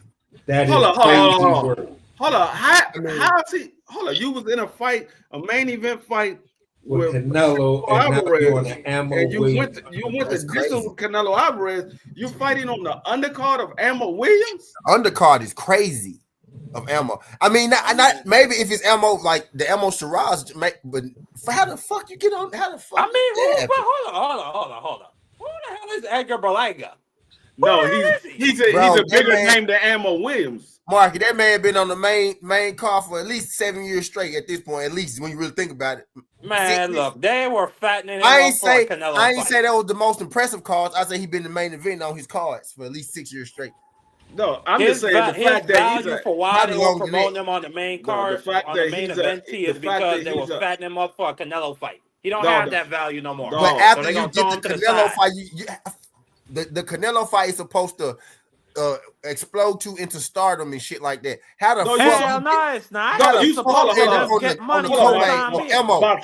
And no, Maki. it sound like I'm dissing Ammo, but I'm not. But what I'm saying is, how you on his undercard? He supposed to be your co-main event. Exactly. No, when you fight a top level fighter, regardless whether you win or not, that elevates your name. That elevates your status. So you're not supposed to go down. You're supposed to elevate. Whether we saw with Tank fought other guys, they lost to Tank Davis. Their status elevated. It didn't go down. Their status elevated. So this man fought Canelo Alvarez. He went the distance with Canelo Alvarez. Right. And a lot of people said he did a good job against Canelo Alvarez. And this man is fighting on the undercard of Ammo. And I fuck with Ammo. I'm one of Ammo biggest fans. Thinking about it now, it would have. Go ahead. Nah, I'm one of Ammo biggest fans, but I didn't know where you go from Canelo main event to Ammo undercard. Thinking about it now, it don't make no sense. Like you would typically match him with another one of your up and coming fighters so that they could take that momentum off of him, and then you could start promoting it like that. But I don't know, maybe they might be fattening him up again and trying to get him a little win streak. No, so but they the could, undercard, so they could feed him not to the an up fighter. and comer. We talking about the undercard, not the fighter. I don't know. I don't know why they did that. I don't know. I really don't. Where's the fight? Where is the fight? If it's not in New York, how much drawing power does he really add to it? My thing is they clearly selling Elmo as the star. They ain't even selling him as in star. Florida. I don't care where they fight at. They say Ammo got a bigger name than Elmo. They saying Elmo loss is better than your loss. Pretty much, basically what they saying, right? His Hamza Shiraz loss is better than your. I don't know. It doesn't matter where they fighting at. Is they saying Ammo got a bigger name than Berlanga. What they said he make more money. That's crazy though. That's wild after the Canelo fight. That's ass backwards. Really, if you the promotion, that's suppressing. Right, when he be considered a star, like why would you give him a Canelo fight? I don't know, but where they fighting at? That's a good question. Where is they fighting at? In Florida. Okay, I guess there's more people know Elmo down there than him. Berlanga lives in Florida. Berlanga lives in Florida. Right, it's a lot of Puerto Ricans in Florida. You're actually right. Yeah, you're absolutely right about that one. Yeah. Damn. How the fuck is you? So they basically saying we don't give a fuck about you. They just throwing them to the curb. Or they saying shit. You ain't bringing in enough, to be Elmo. Elmo events do better than your events. Who's Berlanga fighting? Because I didn't even know who was fighting. Who's fighting? Oh, Lane. Jonathan Gonzalez. I think I know who that is. He came from he did a pro box. I don't know. It's probably like 4 or 5 Jonathan Gonzalez is in the sport of boxing. Let me see. He did it now. He just he fought on pro box a couple times. You throw a rock in the sport of boxing, you go hit Jonathan Gonzalez. So that's what I was saying, bro. Like that fight not even, you know what I'm saying? Like, so I'm gonna skip a few fights real quick, and we're gonna get to Boots Ennis and Manuel Stanionis. How y'all feel about that fight? Amontes Stanionis. I think it's gonna be a good fight. Is Boots gonna go back to the boxer Boots, or is he gonna be the Boots that's just trying to knock somebody out? Because Stanionis is not the person you want to stand in front of and try to knock out. I think it's gonna be a good fight. I favor Boots. I don't know if Boots knock him out, but I got Boots winning. I'll go second. I'm gonna say it like this. Some people will say stylistically, Stanionis is tailor-made for Boots. I really don't see it, because if you're tailor-made for somebody, you could stand directly in front of them and beat the shit out of them. I don't see that. I don't see the case. I feel Boots is going to have to come in and use a lot of that athleticism that he's just born with in order to beat Stanionis. No matter what style he tries to come in and use, if you try to box Stanionis, I see you getting caught, because Stanionis has those little subtle things that fucks with people. If you try to knock Stanionis out, you got to stand there and you got to sit on your punches and you got to present yourself to him. So either way, it's a tough ass fight. I think it's Boots' first 50-50 fight, something I've been calling for this guy for forever. And I also think it's a step-up fight. Based on all of his competition, right now Stanionis is going to be his hardest fight. And some people could say that about Stanionis. You feel what I'm saying? So I think it's going to be a 50-50 fight. I'm looking for a split decision victory by Stanionis, but I'm expecting, if Boots win, I think it's going to be a unanimous decision. Yeah. I kind of agree with AC in that I don't think it's going to be. I think Boots is going to win the rounds for the most part, but I think it's going to be competitive throughout. Um, Boots has shown me in these past 3 or 4 fights that he is not defensive minded really at all. He's trying to go in there and open up so that he can knock you out and get you out of there, which is okay if you can get it done. And I see him getting it done. I think he's probably going to stop Stanionis. I'm going to say either he stops him somewhere late 10 to 12, or it's going to be unanimous decision for Boots. Stanionis does have great cardio, so I see it being an action-packed fight, because like I said, Boots is going to open up and give Stanionis those opportunities. But if Boots is the talent that I think that he is, I don't know. If he's the talent I think he is, he's supposed to beat Stanionis.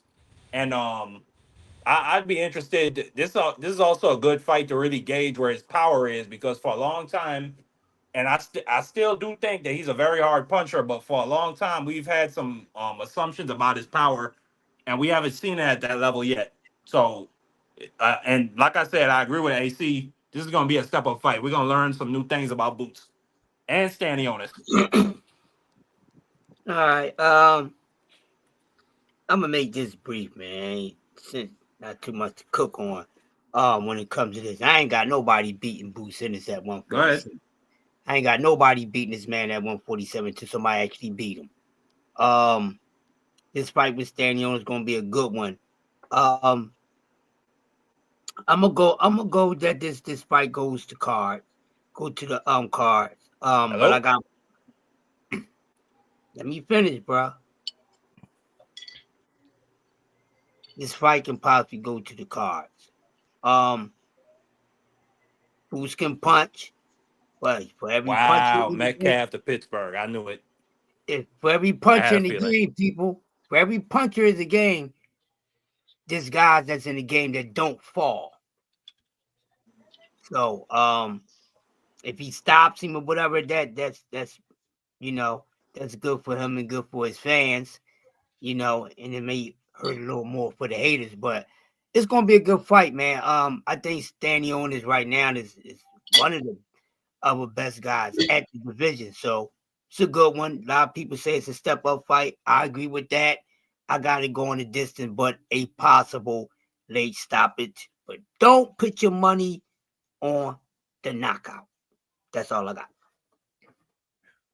I'll piggyback off of it. Then I'm right in line with that. I don't think it's gonna be a stoppage, and if it is, it might be because of a cut or something. Just because of like how Stan Giannis he bruised easy. But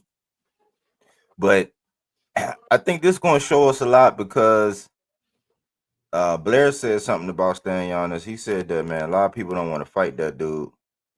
And I think he don't have like knockout power, but he's one of them like he's a solid puncher, but he do body work. So I think a lot of the things, like even though Boots, he say he loved to come for a fighter, but it's different when you got a guy that's gonna come forward and work on your body, and you not like the moving in the boxing. I think Stan Giannis is probably gonna slow that down. He got a great jab. He's pretty busy with the hands, and we might see a better Boots because of something he mentioned, which I be picking out because I kind of put the IBF guys at a little higher standard because of that rehydration, but it's no rehydration because it's a unification. So that might be, Marky, why you might not be seeing Boots' power, even though I kind of was questioning is his power all that after a couple fights, but he not gonna have to do that 10-pound rehydration limit that he has. So we might see more power. So we might see a more exciting Boots. We might. But I don't think it's gonna. I think it is going to the cards in a tough fight. It might have fight of the year potential just because I think a lot of people are sleeping on Stan Giannis, and he said yes to that fight several times before. Said he didn't get a call back when he said yes, and they went other ways. So he might be a little rusty because he hasn't been the most active. But I think this is a sleeper fight. You know, I'll land right there.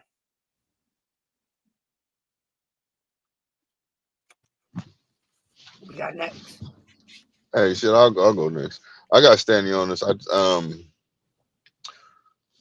I think just from the last couple of fights that I've seen Ennis in, and I know Ennis is a good fighter, but I just think that Stanionis I think he should be able to put that work in to get the job done with over Boots. But if Boots pulls this off and actually gets a knockout, I'll give him way more respect. I think he's earned his respect for me. You know what I mean? Like I believe that he really is, to a certain extent, you know what he is about the hype. You know, not about the hype, but he is who we claim him to, who we want him to be, who we see him as, who we think he is. You know what I'm saying? He's passed the eye test, so let's see what it is. You know, I really don't have a dog in a fight, but if I'm gonna choose, I'm gonna go with Stanionis because I feel like he's the A side when it comes down to it. That's Ennis, so I kind of like to go for the underdog sometimes, but I just want to see. I like how they, how they were going back and forth with each other just a little bit. You know what I'm saying? Let's just see the outcome of the fight. But yeah, I'm gonna say Stanionis in this one. But if Boots wins, it is what it is. Who you got, T? Stanionis, Zabonis, Jerome Boots in this for the win, baby. But now I got Boots just being superior, outboxing him. If you want to put him down, he gonna put his ass down for you. If he come there act like he want to get put down, Boots gonna put him down, right? But I think Boots just better fight. I think Stanonis gonna give him some hell early because he gonna have that that power, that grit and shit. But again, somebody hit on it. I don't know exactly who it was, but somebody hit on it. If Stanonis was more in rhythm, this would be a much tougher fight. I still got Boots either way, right? But it'd be a much tougher fight. I think Boots, right, is really gonna get at him because you've been out the ring too long at this point to be hopping back in there with a guy like Boots. You need to be on your A game fucking with bro. For sure. That's a good point. That's a good point, man. That's a good point. Said that. My fault.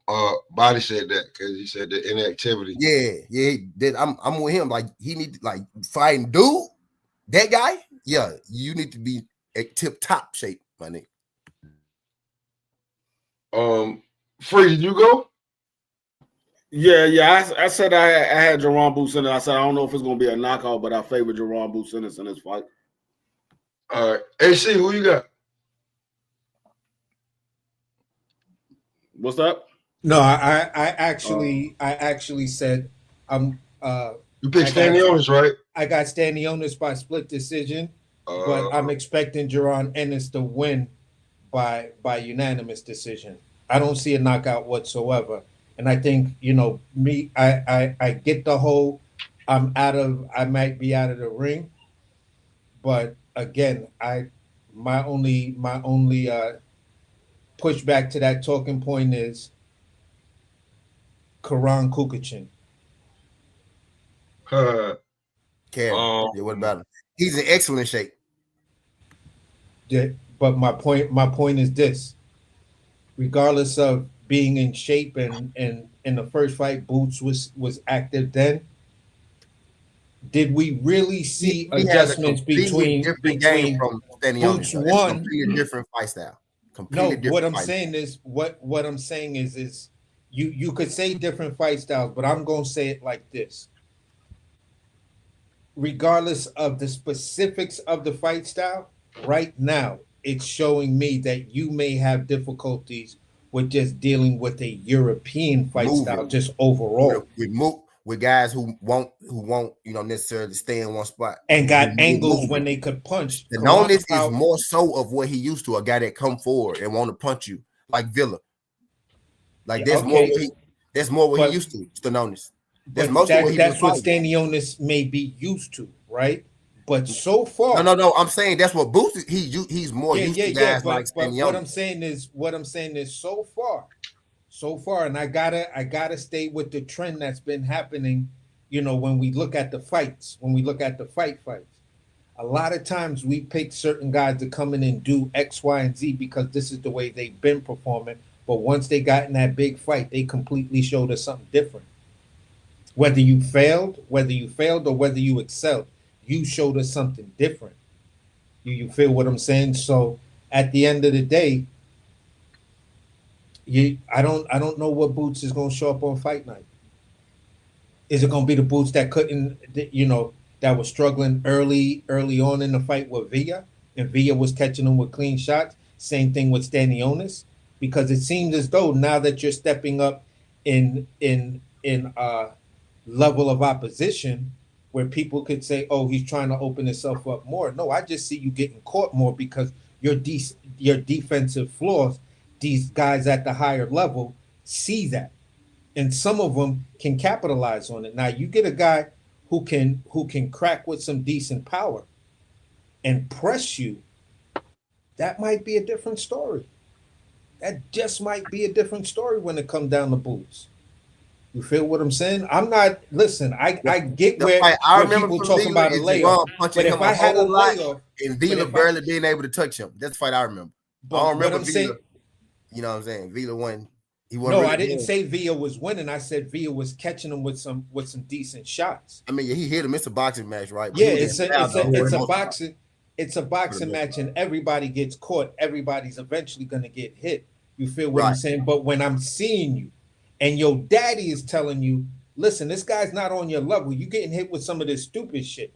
That was the first time I've ever heard Bozy say that to him in the Villa fight. Yes, he made those adjustments and got Villa out of there. You feel what I'm saying?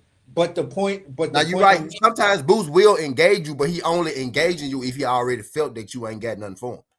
That I'm not. Yeah, exactly. So I think Stanionis gonna have something for him, so he ain't even gonna play with him like that. That's my main point. I think he gonna drill. I think he gonna drill him off the simple fact because he know he ain't nothing to play with. Ain't nobody taking Stanionis. We can say that as fans. Oh, he been out the ring. He not. Boots not thinking that. Yeah, but that's my point because it's like, listen, if I'm a fighter, and I'm going up against the number one, the supposed or alleged number one guy in that division, and I know I had a layoff. You feel what I'm saying? The money's really not the issue for me. It's the principles of the fight. So if I'm willing to take this fight off of these long layoffs, there's a lot of shit that I might see in Jerome Boots and his performances that everybody else don't see, that I'm coming in there to say, listen, I'm about to fuck this dude up and show everybody why this dude always played those games with me. I could be completely wrong. I can be completely wrong. That Boots coming in there and dominate that nigga. And Jonas the one that accepted the step aside money. You know what I mean? He could have said, no, I'm fighting him now. He could have said he never took step aside money to fight Boots. He took step No. aside For the W. AC, he took substantial amount of money because it was not for Boots, for Errol Spence, not for Boots. Yeah, I mean, just for the IBF. But since then, he's still been. Now go ahead. I mean, he took substantial amount of money for the IBF belt. It don't matter if it was Earl or if it was Boots. Then he still was active and got a WBA belt. So, like, I mean, he ain't had a fight in a few months, but it's not like he ain't had a fight in like a year and a half or two. Yeah, that's what I'm saying. Hold on. I was getting ready to say that. I was like, hold on, Stanio's just fought.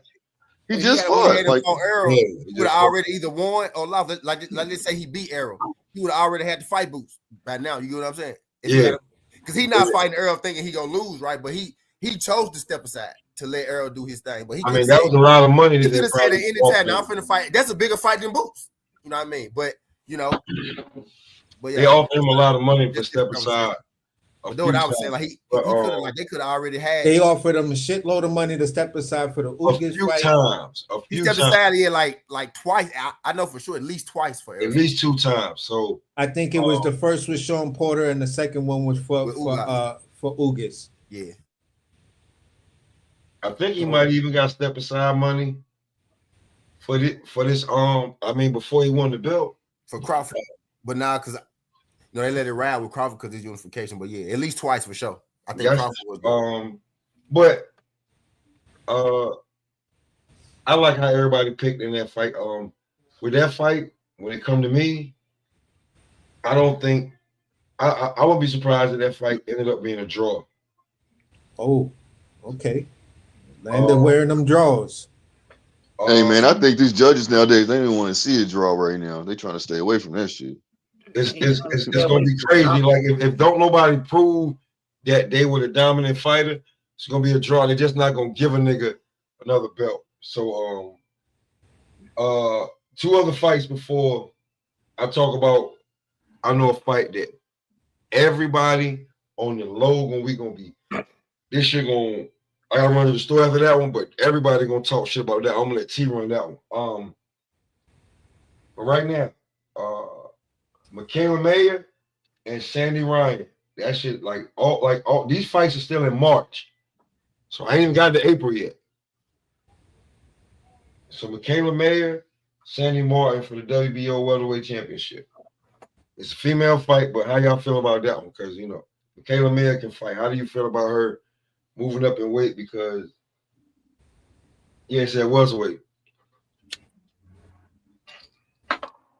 That's a good one. Because Michaela Mayer always have a great card on Top Rank. So I just want to know what y'all think about it, because ain't no telling who's gonna be on that card on the undercard. But the fact that she's headlining that one, how y'all feel about that one? I think it's good for her to be headlining a top ranked card like that against a decent opponent, and you moving up. I'm just like, I don't know how to call that one. That's a 50-50 for me right now. I don't, I'm not, it's 50-50 for me because I know both the ladies' names, but I ain't really seen a lot of them fight. I mean, I haven't seen a lot of their fights. Maybe I probably did, but not placing the face to the name.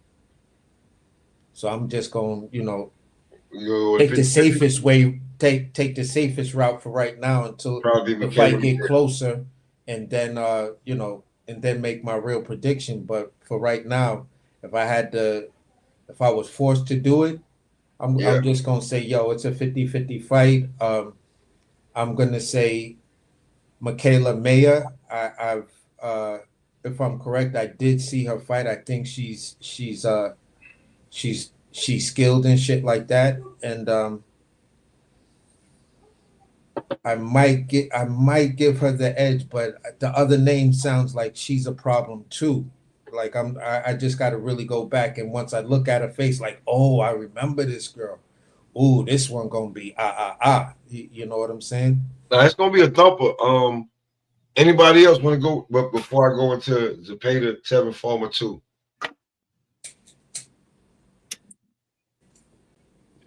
What's old girl's name so I could look at her so I could be sure that I'm not just Michaela Mayer versus Sandy Ryan. All right, let me look up Sandy. Hey, that John is a 50-50 fight though, but I'm riding with Michaela Mayer, just because she a dog. Sandy Ryan a dog too. They should go be good as a bitch though. But Michaela Mayer, okay, yeah, I see. Michaela Mayer got the range. Michaela Mayer got the height on it, right? But Sandy Ryan is a dog. Sandy Ryan used to be signed to TMT too a long time ago, like the first couple fights.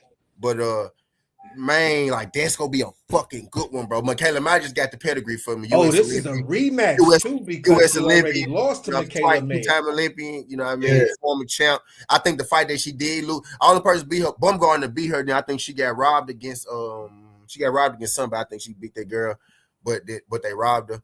It's gonna be a good ass fight. I'm gonna ride with Michaela Mayer in that jump. This is a rematch, bro. But if Sandy Ryan win, I wouldn't be like, big upset. It's not an upset. It's not a big upset at all. But yeah, if Michaela Mayer beat her, niggas gotta put respect on Michaela Mayer's name for sure.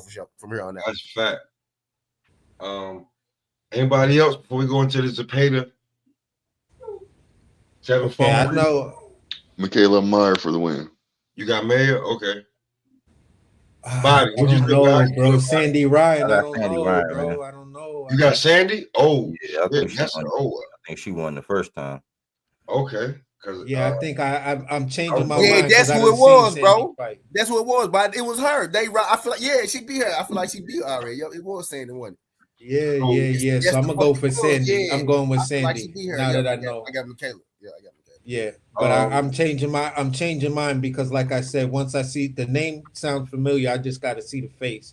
I did see the highlights of this, and I seen some people talking about Sandy was robbed. So when I watched the highlights, I was like, good highlights. I was like, damn, old girl looking like she fucking her up. So I'm gonna go with Sandy on this one. Sandy to get her get back. So all right. William Zepeda, Tevin Farmer 2. How y'all feel about that one? I got the Cookie Monster. Is Tevin? Is that Tevin? Yeah, he got Tevin. Yeah, I got Tevin too, man. I got Tevin on that one. I got Tevin to get his get back, man. Yeah, I got the Cookie Monster, man. Here's the thing, though, y'all. I don't know what to say on that one, man. Here's the thing, though, y'all. It's in Cancun, Mexico. Oh yeah, I'm going for Zepeda. Oh my God. Zepeda, Almeida, Tevin Farmer on the card. Yo, if Tevin Farmer don't knock him out or knock him down at least twice, I gotta give y'all the Don King answer every time first. Even if I really think it's a 50-50 fight, I gotta say it like I think, like I believe it, like Don King. Bro, I think, look, I think. I'm sorry, you cooking pop, bro. In Cancun, Mexico, like he gotta knock him down twice or knock him out. I'm biased. But Cancun is more tourist than anything. I'm completely biased though. That's why I got still Mexico though. My boxing knowledge, my eye, my love for nothing. I'm biased. I got Tevin Farmer. I think this. Look, I was looking at some interviews after it happened. And after the first fight, which I think Tevin won, I think that was a business of boxing thing once again. But Tevin Farmer wasn't in the best shape. You know what I'm saying? He wasn't even in his conditioning wasn't even all the way there. So I think his conditioning gonna be better, and I think his IQ was just way higher than Zepeda, and just that volume. Zepeda gonna increase that volume, but I think Tevin gonna be even sharper on this one. I don't even think I don't think they're gonna be able to rob this dude on this one because he know what he going into. He know what he got to do. You know, I'm pulling for Tevin. I hope because he came back in. I never was really a big Tevin fan, but seeing him and him coming back and everything, I like the mindset. I think that he is going to add something to the division, and I think he could be a player again if he stay active. I think he a little force, man. He's not an easy win, and they just sent him through the gauntlet off of activity. I think he brushed the ring rust off that last time. And then he was doing good with more tire, but then again, that gas tank with more tire was kind of down too because he wasn't active. I think now he's gonna be back in the full swing of things, and he's already sharp, you know, and he's smarter than these guys too. So I think I got Tevin, man. At least I'm pulling for him. Mm-hmm. Okay. So I got one right. T. I'm gonna run the story real quick. I'll be back in like 10 minutes. This one gonna run it up a minute. April 26th. April 26th, my daughter's birthday. Chris Eubank Jr. Man. And the egg yolk man. Eubank, Strubank, who bank, bank shot, Connor Ben for the win. How y'all feel about that one, man? Cause like I'm praying for my boy. I'm praying for my boy Connor though. He T Connor Ben, man. But like, yo, big this as a fight motherfucker, is man. bigger than it. Like this shit has that dude big as a motherfucker, man. Work. Like, yo, listen, this fight has become a little bit more interesting than anything because, and you know, after that you got, you know, the big three fighting, but this Chris Eubank joint, we can run that one up like real quick. Like, how y'all feel about that? Because that's just not no shit that's just going away. I got Eubanks Jr. beating the shit out of Conor Ben, bro. I used to T gonna have something for you. I know, and this is I ain't got nothing for him because this probably what's gonna happen, but I'm still taking Conor Ben. just because my issue. I'm still taking Conor Ben. Yeah, I feel you, and sometimes I got Conor Ben with a wild knockout shot in between some of that Eubanks. You trying to do all that pretty shit. I got Conor Ben catching his ass with something crazy, putting his ass down. No, I could definitely see that because he gonna knock him clean out, but he gonna shake his ass up, and then Conor Ben gonna pounce on his ass. Because I feel like this, Conor Ben throws every punch with bad intentions. It's like he throws an angry jab, and I ain't never seen that type shit before. You feel what I'm saying? So if he hasn't learned how to, you know, show levels, I guess that's the best way I could say it. You feel what I'm saying, or watch some old Alexis Arguello type stuff where you could pour some shit out and then follow it up with something, you know, one of those hard shots you love to take. I think that's would be the biggest disruptor. But if you fighting like the Conor Ben I know from 47, bro, I don't see, Chris Eubanks is just gonna not be there for those big telegraph punches you throw. You know, so can I point out the obvious, man? Conor Ben used to be one of my guys, and then that egg situation happened. I'm not judging, but he ain't been the same. I ain't seen him knock nobody out. He went that dude Pete Dobb. He went the distance with him. He went the distance with that other dude. I don't think he's the same. I think he's out of his weight class. And it's going to take for Eubanks to just not be disciplined for him to really get fucked up by Conor Ben at this point. Because this is my knock on Eddie, because we've seen this play before when Kell Brook went up there to go see Triple G, and he was doing good at first, and then Triple G hit that eye socket and it was over. So all he gonna get caught clean. I don't know who's training Eubanks, but he would have to be very undisciplined or sucked down the way he don't got no power if Conor Ben is to actually knock him out. If Conor Ben actually can knock him out, that'd be crazy. Like I don't see that happening at all. Because Conor Ben ain't been the same. I've been wanting him to be the guy, since he got clear. I wanted to jump back on and be like, hey man, that's one of my guys. But he used to be one of my guys. I wanted to see him fight Boots.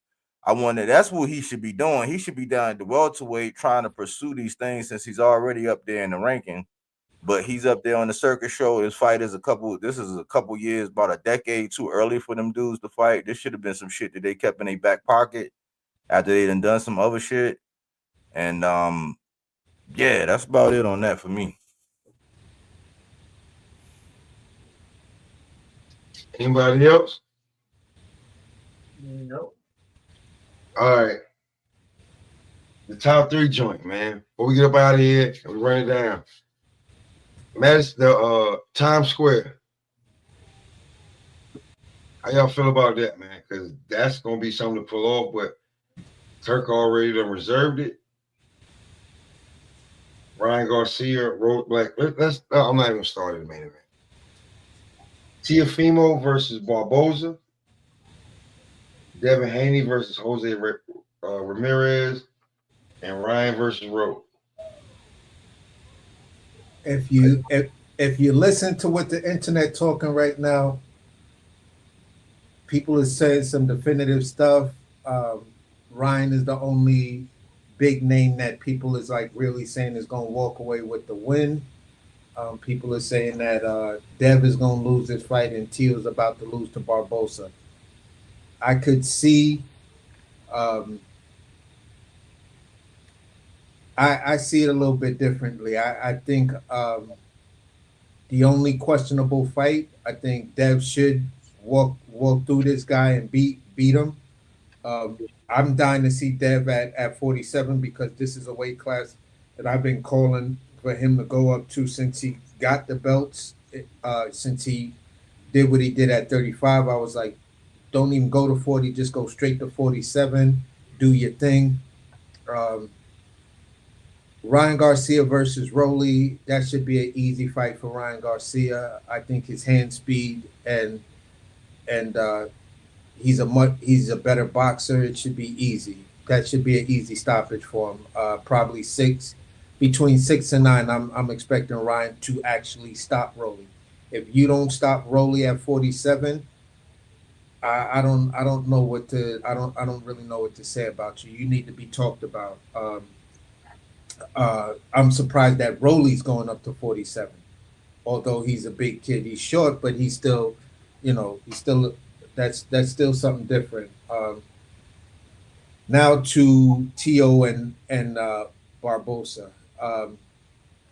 I saw something that happened backstage where Barboza literally looked like he chumped the shit out of Tio when Tio was saying something and Barboza was like, then shut the fuck up. And then Tio was like, what, you acting like you want to fight me right here, right now? He was like, I don't give a fuck. We could do it right here, right now.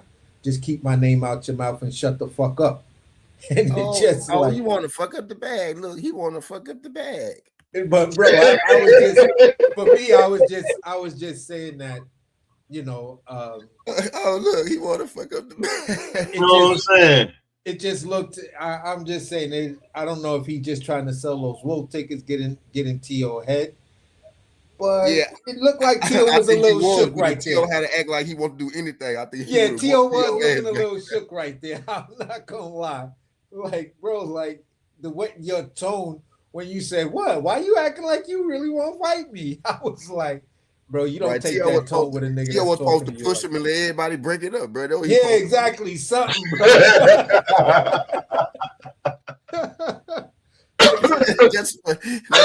Like step towards him, get in his face, get close, get that mumbling on. Like, nigga, you ain't saying shit. I ain't trying to get loud right now, but I'll fuck you bitch ass up. Like get into some shit like that. Like, then step back behind the security guards. Like his tone was just like, oh man, Tio, bro. He wasn't really about My security guards would have been fired. My security guards would have been fired anyway for letting him get that close to me. Why you letting this man get my face like this, bro? He supposed to be in between us at all times, bro. What are you doing? He wasn't built like that to run it up like that. Hey, look, you fucked up the bag now. Security guard. Bro. No, I'm definitely. And they said, "Oh, you want to fuck up the bag?" Yeah, he was like, "You trying to fuck up? Why you want to fight me now?" Stop it, bro. This could be like a banana pill. Like, I look at all these like banana pills for these guys. I think it's. Yep. The only one and I'm struggling with the Devin thing, man. No shade to Devin, but I'm like, okay, coming off of what I'm giving him a break for coming off of what he coming off of, but Jose Ramirez guy, because I used to say Devin like them Cougars.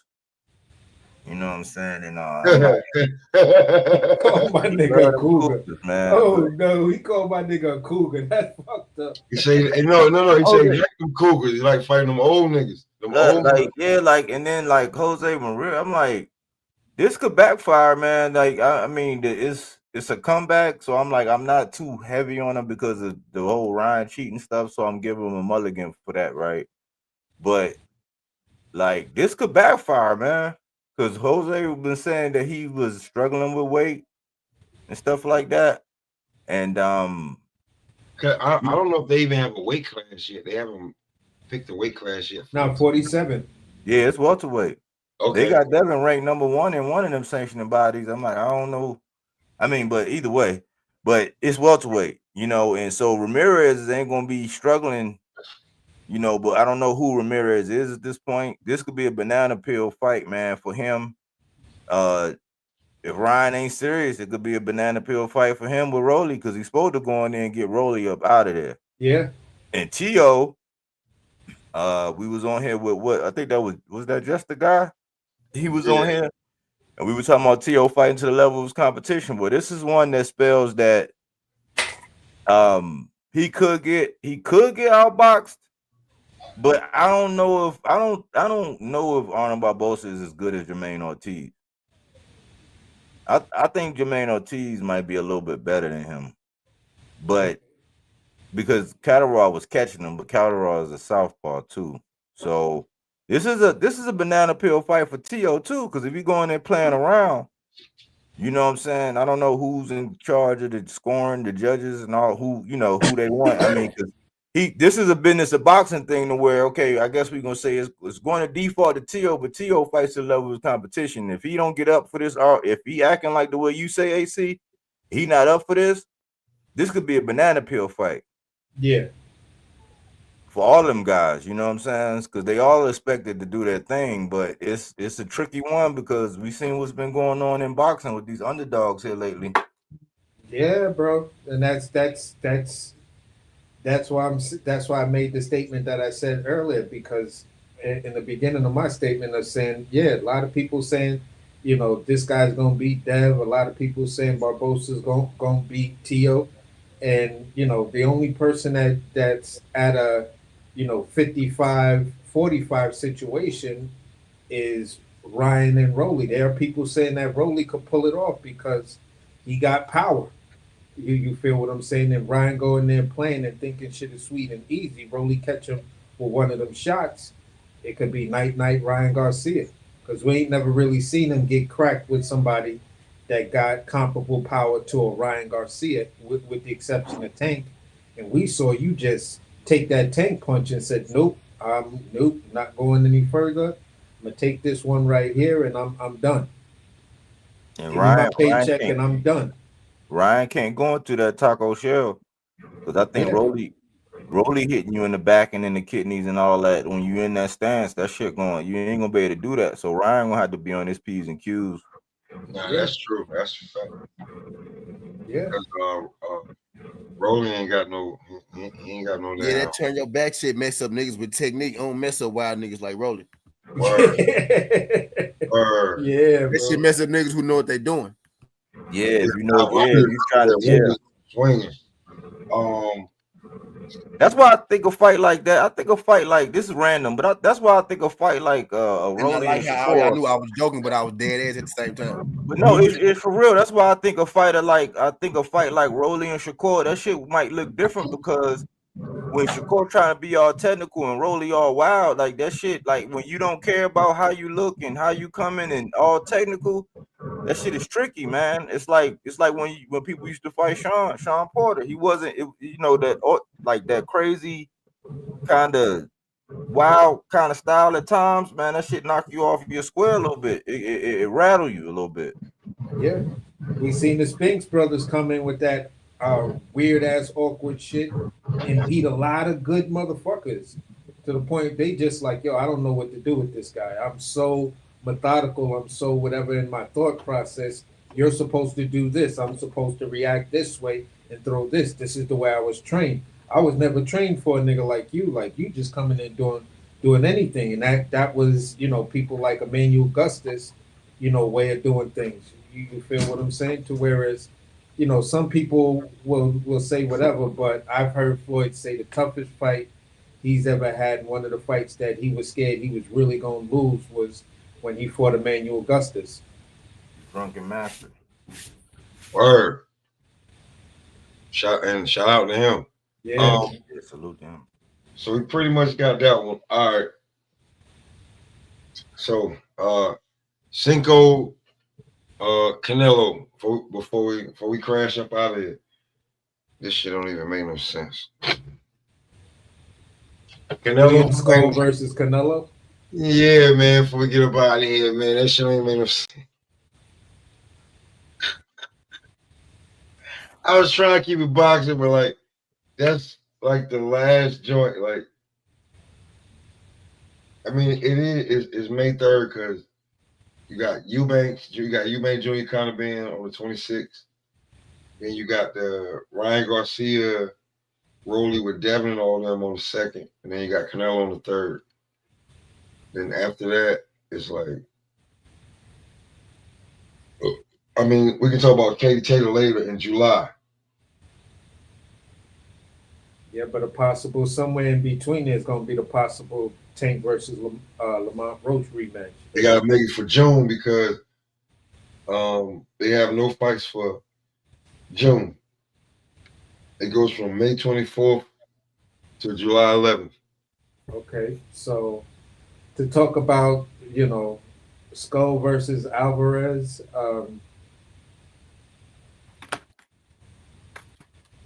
I ain't got shit to say about it, bro. It's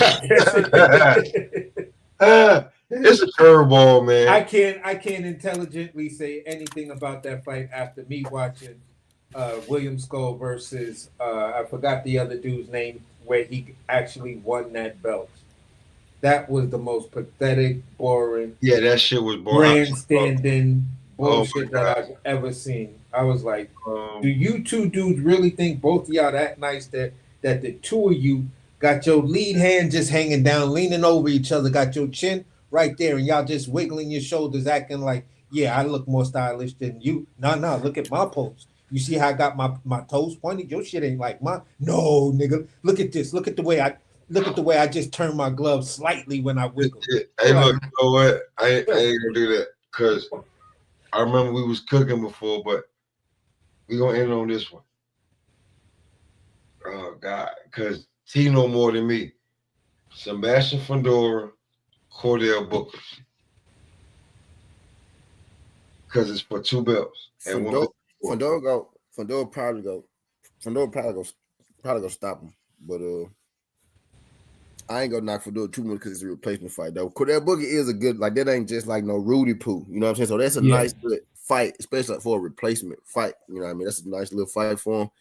He gonna give him some pushback, but I think Fundora will be able to figure it out. Well, I'm gonna say it like this. This might be a situation where karma comes to bite you in the ass because you were a replacement for a Tim Tszyu fight. That's how you got your belts.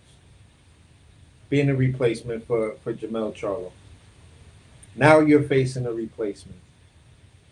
To me, as of right now with Cordell Booker, if Cordell Booker goes in and he tries to fight most of this fight on the inside and make some Fundora smother his punches because Fundora has this tendency to want to fight like the smaller guy and fight on the inside.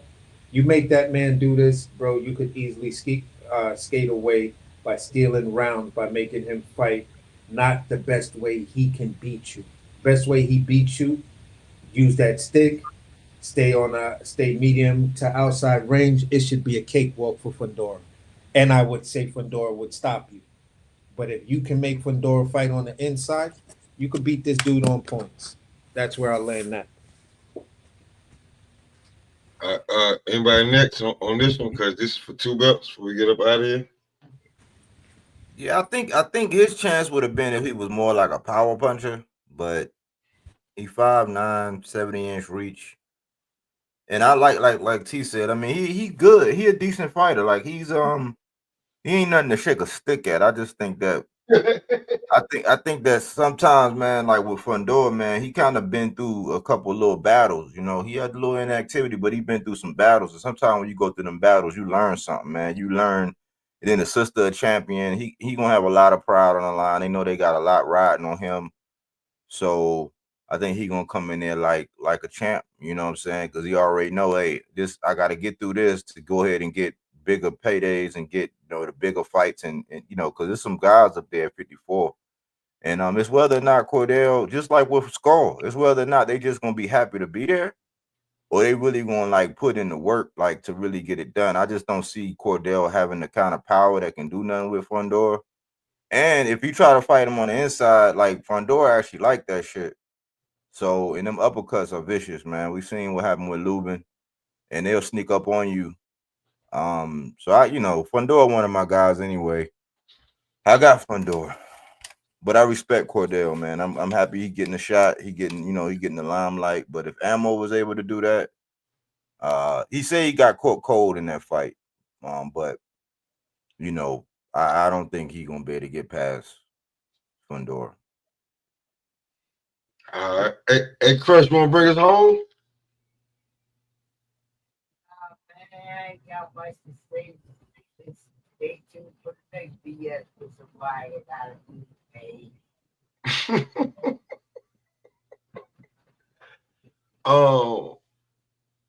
When it comes to them two, man, I mean, I give respect where respect is due.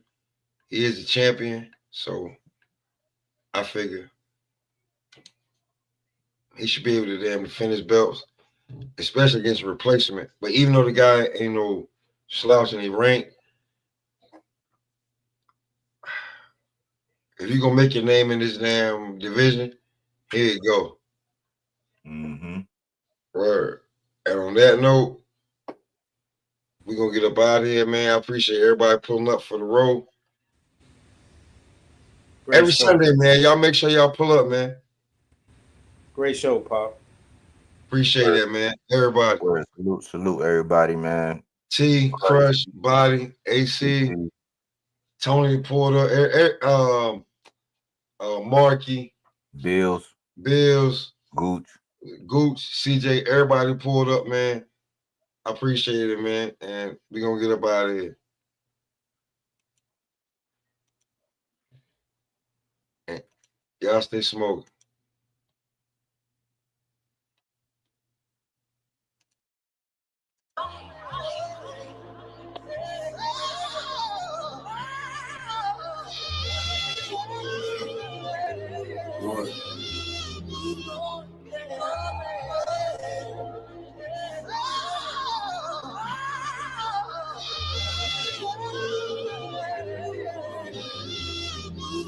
Searching for words, a lone wolf emerged in the herds of lamb chowder, tan powder from the first to the third. Demand power when the merchants are served, would only wait and flood them with gram showers when the thirst is emerged. Just like I'm here to live my life as a sin. I'm only human in class, the only student, so I'm writing within. No need for pen, no need for piece of paper. I need a win, I need the weed and vapor. Leaf flouted in the need of baker. Annihilation after hibernation.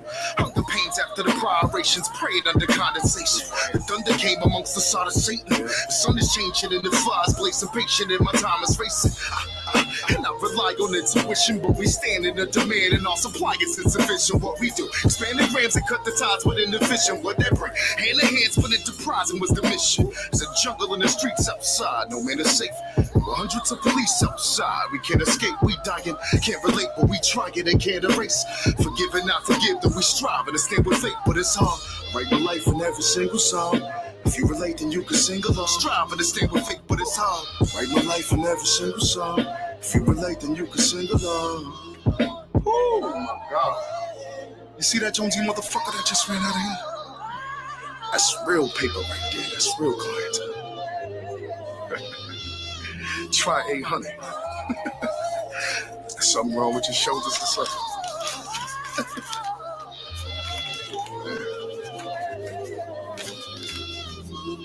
Lost in my thoughts, alive soul, lost in the corpse. My guys know, pie soul that a portion of course. It's mind cold, but that's the cost of a boss. He lies froze, he's firing eyes closed with no remorse for the loss. It's like he's here to live his life as a sin. He's only human, his past conform to lose until he rightfully wins. No need to boast, no need to feed the fakers. Remain dope beside the needle takers. The coat whiter than a sheet of paper. His dedication after desperation. To the clouds, our only destination. Living without expiration. We got the gift without an explanation. Try and spot him at his resting line and dot him like an exclamation.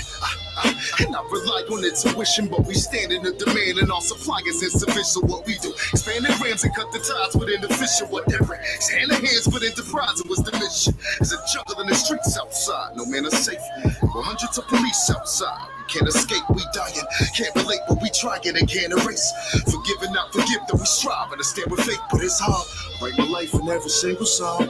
If you relate, then you can sing along. Strive and stand with faith, but it's hard. Write my life in every single song. If you relate, then you can sing along. There's a jungle in the streets outside, no man is safe. 100s of police outside. We can't escape, we dying. Can't relate, but we trying and can't erase. Forgive and not forgive, though we strive and stand with faith, but it's hard. I write my life in every single song. If you relate, then you can sing along. Strive and stand with faith, but it's hard. Write my life in every single song. If you relate, then you can sing along.